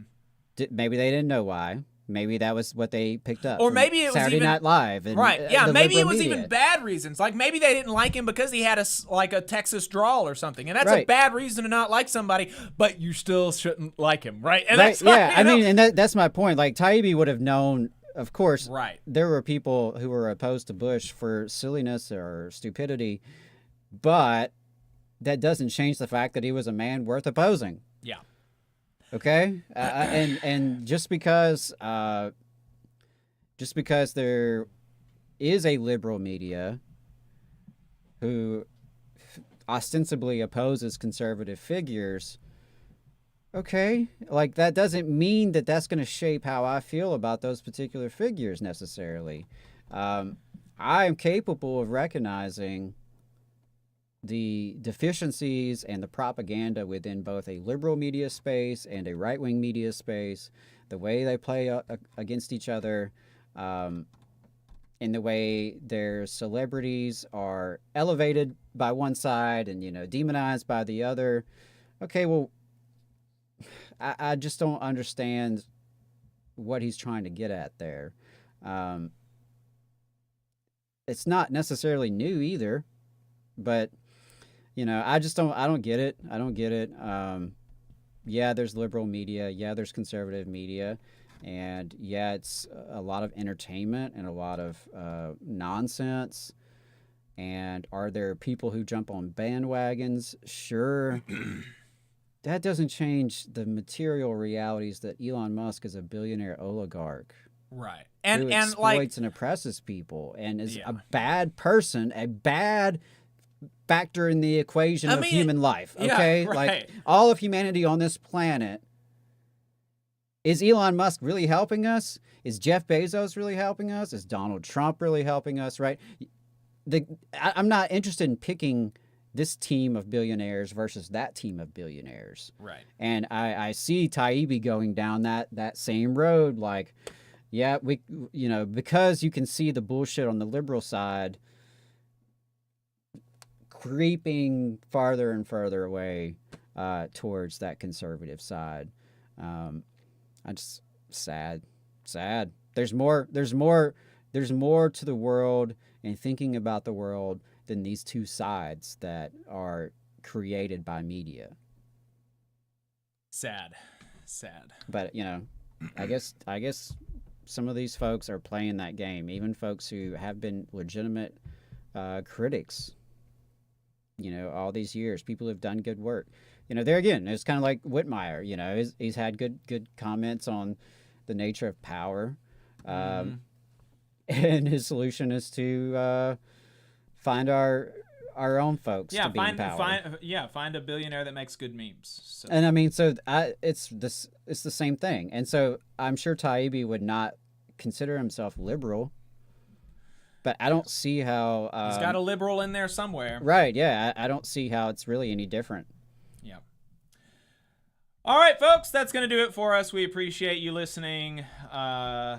Today was a little different. I recognize that today we, both kind of had some shit grinding our gears and, had some stuff to get off our chest. And, was not as structured or planned as normal. So I hope that, if it wasn't for you today, I understand that. It's not necessarily like that every week. But I think most folks who are listening, you probably can understand the situation and why we handled things the way we did. But we'll be back to more regular programming.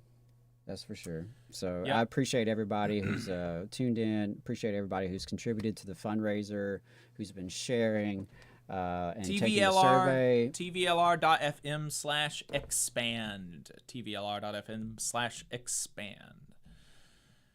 All right. Thanks, everybody. All power to the workers.